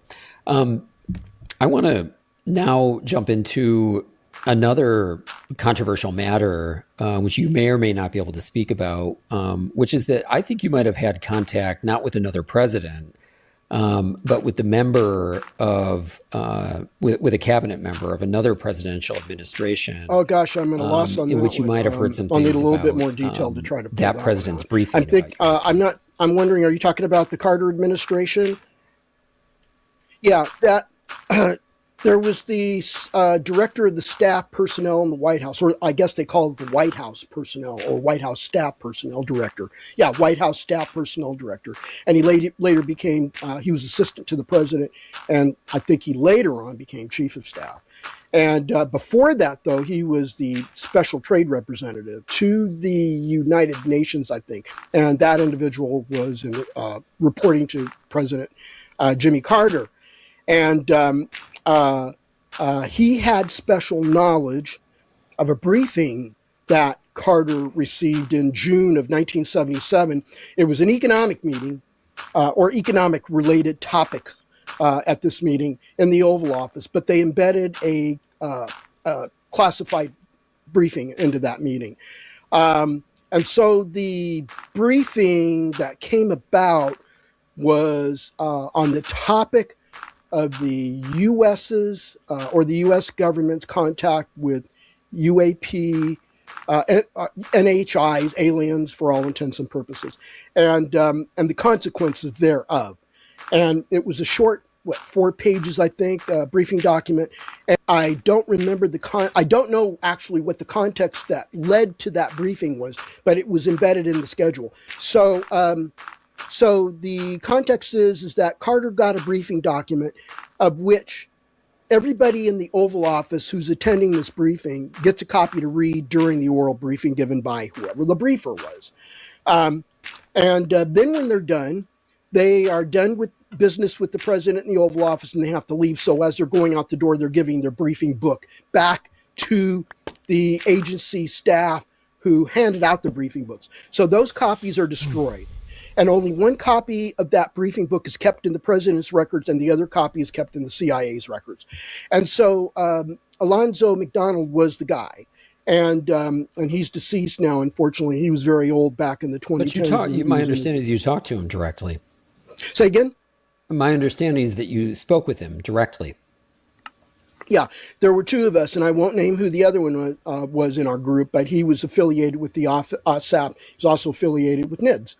And so he did the first original one-on-one discussions with Alonzo McDonald, and the subject of the Carter Project Aquarius briefing came up because that is such a big mythical story, and the whole MJ-12 swirl during the 1980s and 1990s. We wanted to get to the bottom of that. So this other gentleman in my group, and then later, much later on, myself. We had independent meetings. How in the world did you find McDonald? Well, I didn't have to find him. The other guy found him. And they both, the other guy is so high profile, he can talk to anybody pretty much. Because I could just say that he was a former national intelligence officer, highly decorated. And so, and a 3-letter agency. So basically, he knew how to find Alonzo McDonald. Okay. And my understanding is they both also were members of the same Christian denomination. And I don't know if that played a role. That might have, because some of the higher level people in that denomination will get together for national meetings or something. Yeah. And that's my guess of what was going on. What did McDonald tell you?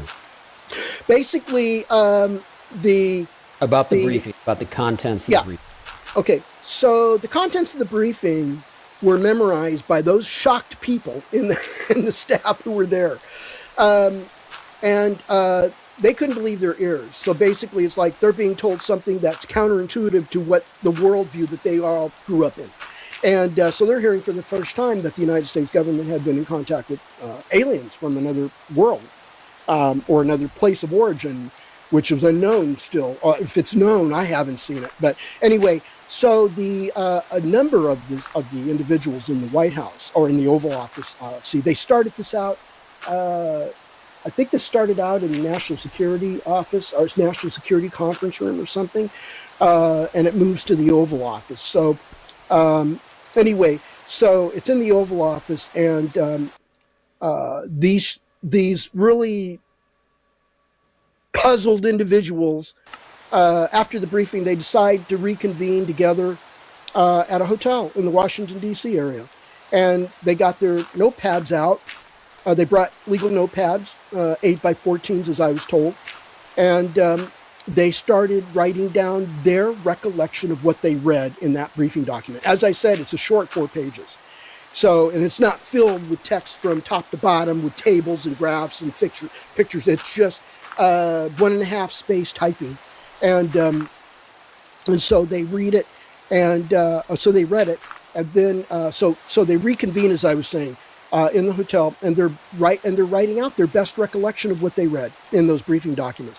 And then they did a round robin where everybody starts passing their notepad to the guy to their right or the guy to their left, and they all go around the full circle till every single notepad has been reviewed by every single person, with every individual that reads through that notepad, making changes and corrections and whatnot.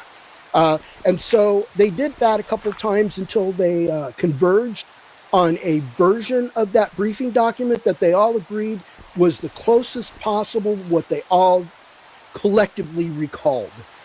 And that became the notorious Project Aquarius briefing document, which a gentleman codenamed Falcon from the Defense Intelligence Agency had passed on to UFO investigators Bill Moore and Jamie Chandra. And it was really Bill Moore who was in a motel. He had like 15 minutes or something to read through this.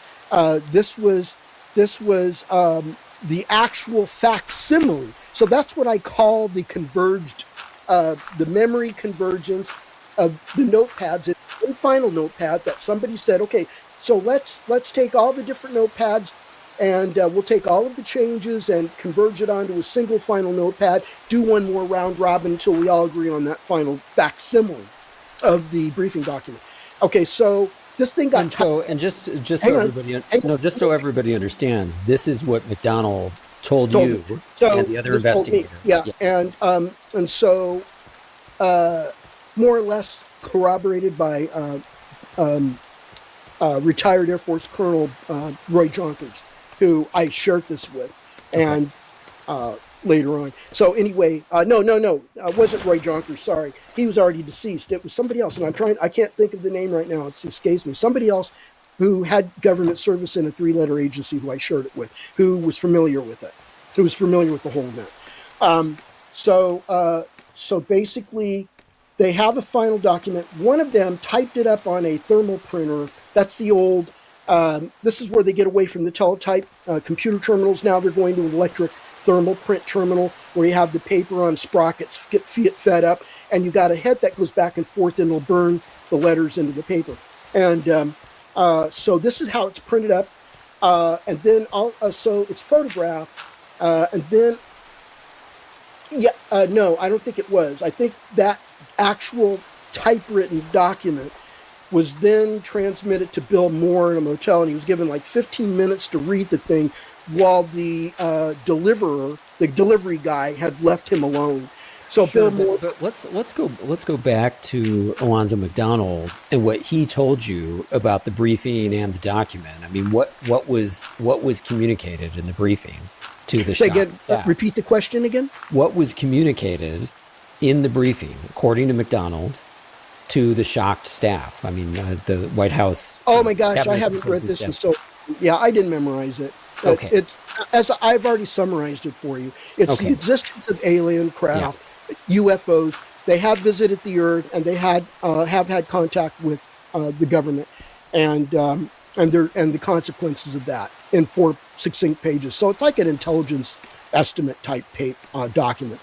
So, gosh, I haven't read that for so long. I didn't even memorize it. Okay, well that's fine. What did McDonald say? What did McDonald say was the reaction of Carter to this? Well, Carter's reaction was after the briefing was over and everybody had left. I understood that he put his head down like this, which is how he prays at the Resolute desk in the Oval Office.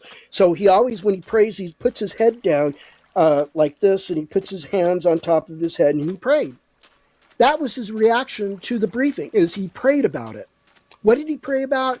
McDonald didn't say. I didn't get from the other gentleman I work with or collaborate with if he had asked McDonald what he was praying about. But he prayed, and that's how he prayed.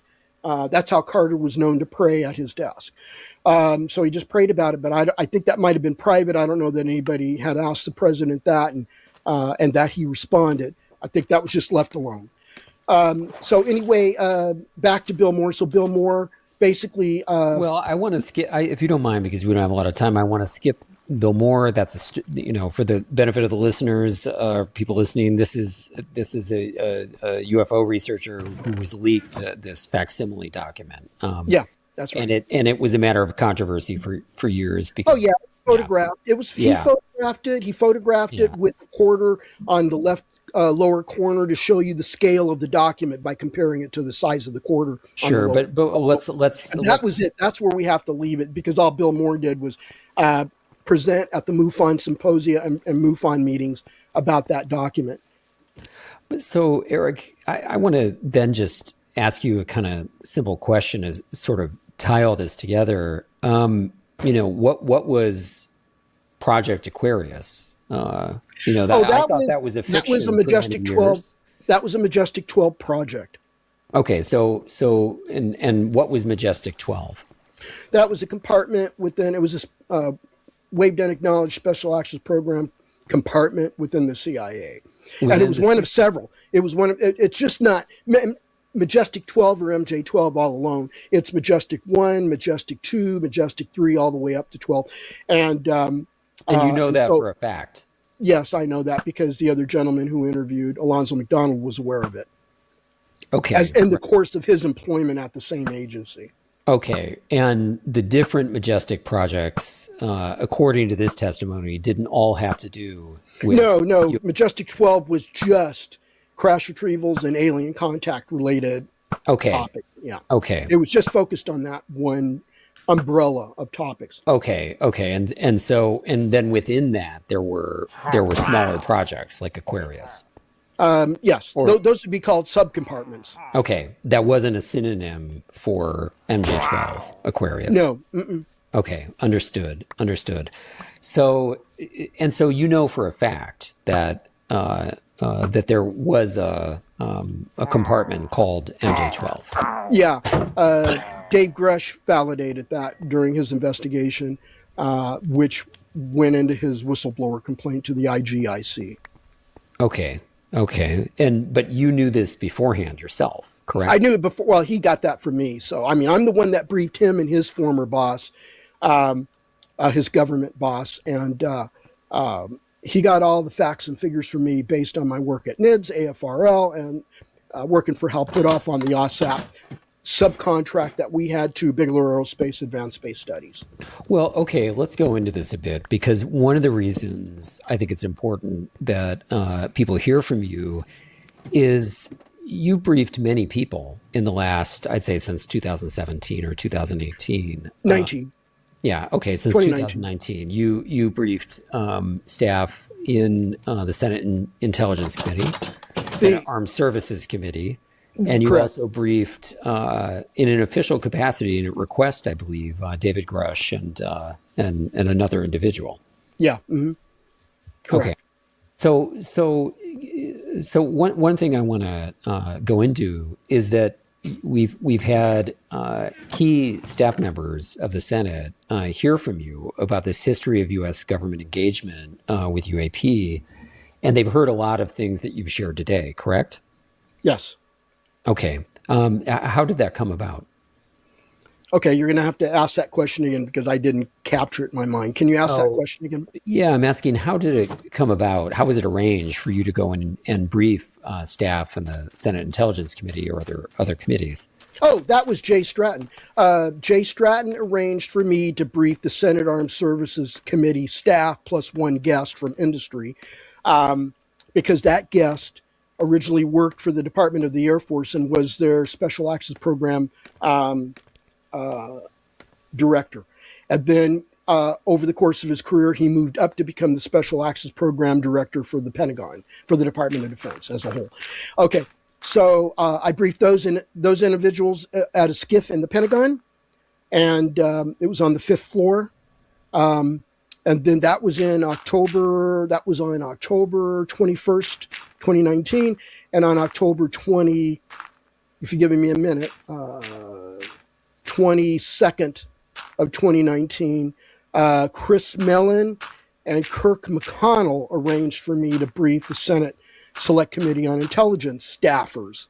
And that was done in their office suite, in a controlled access room in their office suite in the Hart Senate office building. So members of the staff of the Senate Select Committee on Intelligence made a visit to Huntsville, Alabama on business for whatever Senate business or Senate Intelligence Committee business they had.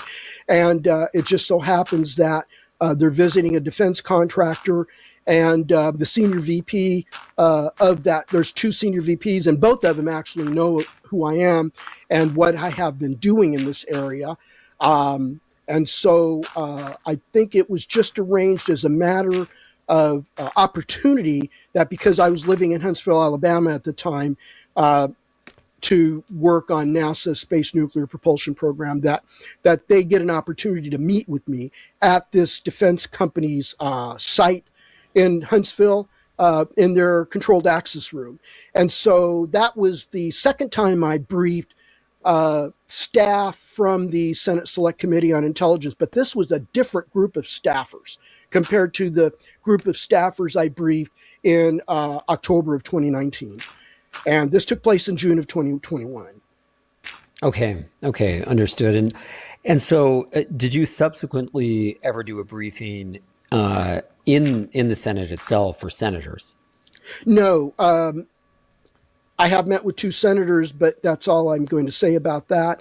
And that was not a briefing. It was more of like just an informal question answer thing. Okay. And I have given a very short classified briefing to Congresswoman Anna Paulina Luna's subcommittee in the House which is of the House Oversight Committee on secrecy, government secrecy, transparency, and I believe she and two or all three of the other members on her committee are members of the UAP caucus, if I'm not mistaken. So I met with them under sponsorship from the Disclosure Foundation on May 15th, and I went into their SCIF to give them a classified briefing, as much as I could give them within the limited amount of time that they have, because I wasn't alone. I was with two other individuals who also was providing classified information to Congresswoman Luna and the other two congressmen that were there. Okay. I suspect that in order to really do justice to the depth of information you're presenting in testimony and the history of your work on this, we may have to do a follow-up interview at some point if you have time. But because for now, I want to kind of bring us to near the end by asking you, why do you do this? Why have you put yourself out on a limb to provide briefings to congressional staff, to other Senate staff, other people in the intelligence community, right? Because you have a complex relationship to this stuff. You are somebody who's done defense, Department of Defense and intelligence community contract work as a physicist and as a UAP researcher. So you are concerned with U.S. national security, but at the same time, it's very obvious that you have a problem with this level of secrecy and what's going on with it.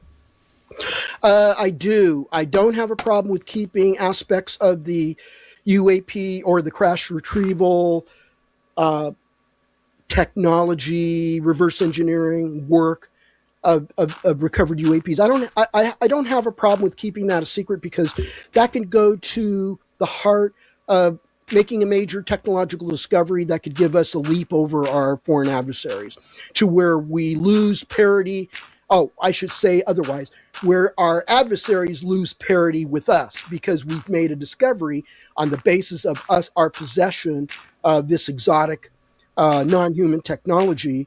And so that needs to be protected. We got to protect the national security. So some aspects and elements of that type of information, all being technological, needs to be protected still. But the existence of the fact that they exist, or that's happening, and that we had government contact, or there has been government contact with NHIs, should not be kept a secret. It should be known to the public. The public should not be left blind, like the public was left blind by a number of nefarious U.S. government, well, military, actually, U.S. military and CIA operations and projects that took place involving unwitting American civilians during the 40s, 50s, and 60s, until it all came to a head during the Church Committee hearings in the 1970s. And this type of thing, the American public needs to know that there's something else out there. It's non-human, it's non-Earth indigenous species. It's a life form, an intelligence of some kind that comes from another environment, not necessarily evolved on Earth, as far as I can tell. And I think we need to know about it. We need to be aware. We need to be informed, because it's interacting with the human race, and it has been interacting with the human race as far back as at least the 1500-year period that Bully and Albach's book Wonders in the Sky covered. People correctly, rightly go into the Genesis, the book of Genesis in the Bible, and look at Ezekiel's wheel as one example. And there's artwork during the medieval era as other examples. And then there's the Vatican archives, which Dr. Diana Pasulka has been given limited access to for her book American Cosmic, and her further research on the interfacing between, or the interface between UAP and religion. And so forth. So I believe the public has a right to know this. I mean, the public already had a right to know that nuclear weapons existed. They couldn't hide that. I mean, they had a detonation at the Trinity site near Alamogordo, New Mexico in August of 45. Then we bombed 2 cities in Japan later that month. Actually, it was in July of 45, and then August of 45 was when the bombings of Japan took place. And then the Soviet Union finally took their stolen U.S. Bomb information from the Manhattan Project. They built their bomb and finally got the detonators in the late 40s. You can't hide that. So, hang on, Peter. So there are these things that you just can't hide because they're too public. They're too public facing. They're too public interacting. And they're too impactful on the public and the public psyche, our social network, I don't mean social network as in the internet. I'm talking about the social network of humans and society and culture and everything. It's too public. We have to have an explanation for it. And the government's sitting on top of information that provides some measure of that explanation, which would go a long way toward helping the average American understand what we're facing or what's been going on. And there's our people who don't even think about it. Most of them are in academia, STEM scientists, and many of them are engineers, and many of them are in the humanities profession, and some of them are medical doctors. If they haven't had a personal experience encountering this phenomenon, and they haven't had a natural interest toward this topic, they won't usually know about it. They'll just ignore it and walk away and just say, they'll laugh about it. They'll do like what Larry Krauss used to do on this topic. back in the 2000s when he was pretty prominently profiled in many news magazines and newspaper stories and things like that on the work that he did in physics. And when people bring UFO topic to him, he laughs about it. Same with Michael Shermer in Scientific American, the opinion author. What a nutcase. Anyway, they have a right to know. They don't have a right to know what this technology is because we don't really fully understand it. So how can we tell them what it is, what we don't understand? We have it. We're trying to understand it. It's so far ahead of us. It's too difficult to comprehend right now. I'm sure that over the previous 30 years, there has been some incremental success toward understanding some aspects of it. I don't know what that is because that wasn't what that's what I was hoping to get into through the OSAP with Hal Puthoff, Bob Bigelow, Colin Kelleher, and Jim Lukatsky, and Jay Stratton, and Lou Elizondo, and Travis Taylor, and everybody else who was working with us throughout all those years.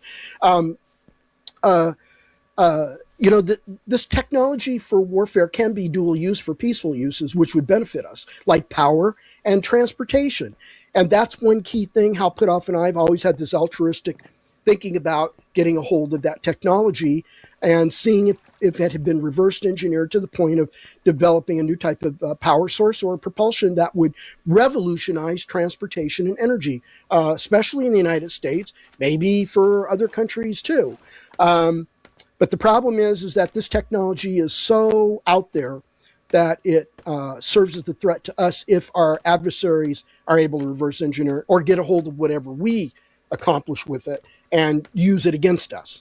And then we get back to parity again. The name of the game is to have strategic parity. Where we're so far ahead, they're going to have trouble being able to destroy the United States or win any war against us. And right now, we don't have very much parity with China. We've got some, but not enough, and not like we used to. Russia, like I said, there's nuclear parity there, but Russia's demonstrated in Ukraine that they're basically a military failure as well as an economic failure, because if they don't have an economy really to support their military and they don't have the population of motivated people with the proper backgrounds and whatnot and allegiance, they won't win that war. So anyway, that's why I think the American public should know about UAP. They need to know what's impacting them, because there's people out there who aren't talking about what's happened to them. There are people out there who have, and they want answers, and I think we should talk about it. The other reason why I'm willing to step out front and talk about it is because of 3 words. I have no fear. Okay? I'm willing to talk about it because I have no fear. I'd like to see counterintelligence guerrillas try to come after me about that. They certainly went after Dave Grush. Yeah, I have no fear. I have no fear about talking about this, but I will not cross that line into the technical details of actual names, places, locations, things, objects, circumstances that are classified. I can't do that. But I could tell you the superficial level information, probably at a depth that is that doesn't go across that line, but is in depth enough that I'm allowed to talk about it in the same way that Lukatsky has been able to talk about it, and Jay Stratton has been able to talk about it in his forthcoming book. Yeah. So they've been able to talk about this stuff, and I'm talking about it for the same reason they are, because we can. And because we're not giving you the actual full Monty on the classified information part of that. Right. Okay. So I got a last question for you. You mentioned the church committee as a moment when a number of intelligence community projects that I think were directly related to UAP became known to the public. And where there was a real reckoning about things the intelligence community had done outside the law. Do you think we need hearings like the Church Committee in the Senate in order to have a real fulsome public conversation? Yes, definitely. About what ground truth is? What do you think should be done? I think we need to be issuing subpoenas. And I just read on a Twitter post somebody sent me a screenshot of that. I think it was Burleson. Who said subpoenas are probably going to be ineffective. So no, they're not doing subpoenas yet. I think really the subpoenas need to be done. They do. I think that would be a last step. The first step before that would be they really need to talk to the stakeholders at the classified level, the real program stakeholders. And I do understand that they're looking for the programs and they're trying to find out where they are and who has them. Oh, I've already given them that information. I told them who's got it. It's just that they're limited. Congress doesn't have unlimited power to step into the executive branch and demand information. They have to exploit their oversight authority under the Constitution to do so, but they're limited in that the executive branch doesn't necessarily have to cooperate with that oversight authority. The only way that Congress can make the executive branch cooperate is by using the power of the purse. So yeah, I think it's just necessary that the committees work as hard as they can using the constitutional powers they have available to have a friendly chat with the components of the executive branch that own the crash retrieval portfolio, as well as the data that's been collected, so they can see that data. That data can be strip charts, graphs, reports, memos, eyewitness reports, schematic diagrams, materials analysis, videos, film, spectrums, like from a hyperspectral imager or a multispectral imager or a standard laboratory spectroscopy device. So they should be able to get access to that information. And there shouldn't be so much resistance from the executive branch. But unfortunately, we've been seeing that the executive branch has been resisting. Nobody in the executive branch is coming out, going toward Congresswoman Luna's subcommittee and waving their document file and saying, here it is, I want to help. They can't. They're not supposed to. They got to get authorization from the president to do that. Well, and Eric, thank you. It's very, very enlightening. You have a quick final word? I think the American public should go out and really contact your Senate and congressional district representatives and really complain and just put it out there and talk to the local university people. And don't stick to just the physics professors and engineering professors. Include the humanities professors, because those guys are looking at this from the philosophical, religion, social or society side of things, social science side of our life. We have a number of those people already now in a big interdisciplinary capacity, exchanging information, and that's being facilitated by the Archives of the Impossible at Rice University. You want to talk to the people that are associated with the Archives of the Impossible, who are members of that organization, of that group, of that research group, as well as the academic contributors. I don't want to use science because, remember, philosophy is not a science and neither is religion. So the philosophers, religious studies people, et cetera, social studies people, political people, they contribute their thinking in academic documents that they have presented at Archive of the Impossible meetings and workshops. And so you need to reach out and look on the website for this organization and reach out to those folks and talk to them and urge them to push on and urge your congressional representatives from both houses of Congress. So we'd like to know whether there is contact. We'd like to know what you know about them, how the NHIs and their UAP craft. What have you learned? What do you know about their performances and characteristics? Can you talk about that type of thing? All the vital questions. Yeah. Eric, thank you very, very much. You're welcome. I'm happy to be here. It's very illuminating. It's an honor to have you. And thank you. And the Soul Foundation, another academic organization, thanks you. So thanks a lot, Eric. You're welcome. And I guess you'll be seeing me again a couple more times.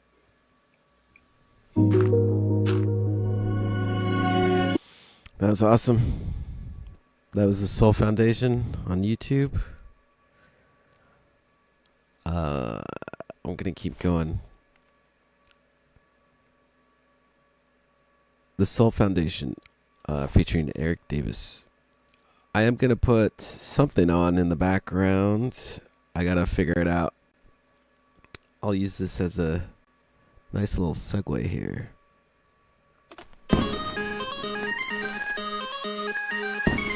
Guys, don't forget you can find HeadshotH4rry on all the social networking platforms. Go on. Try me.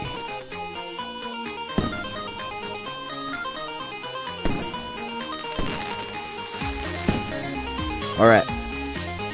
We got it.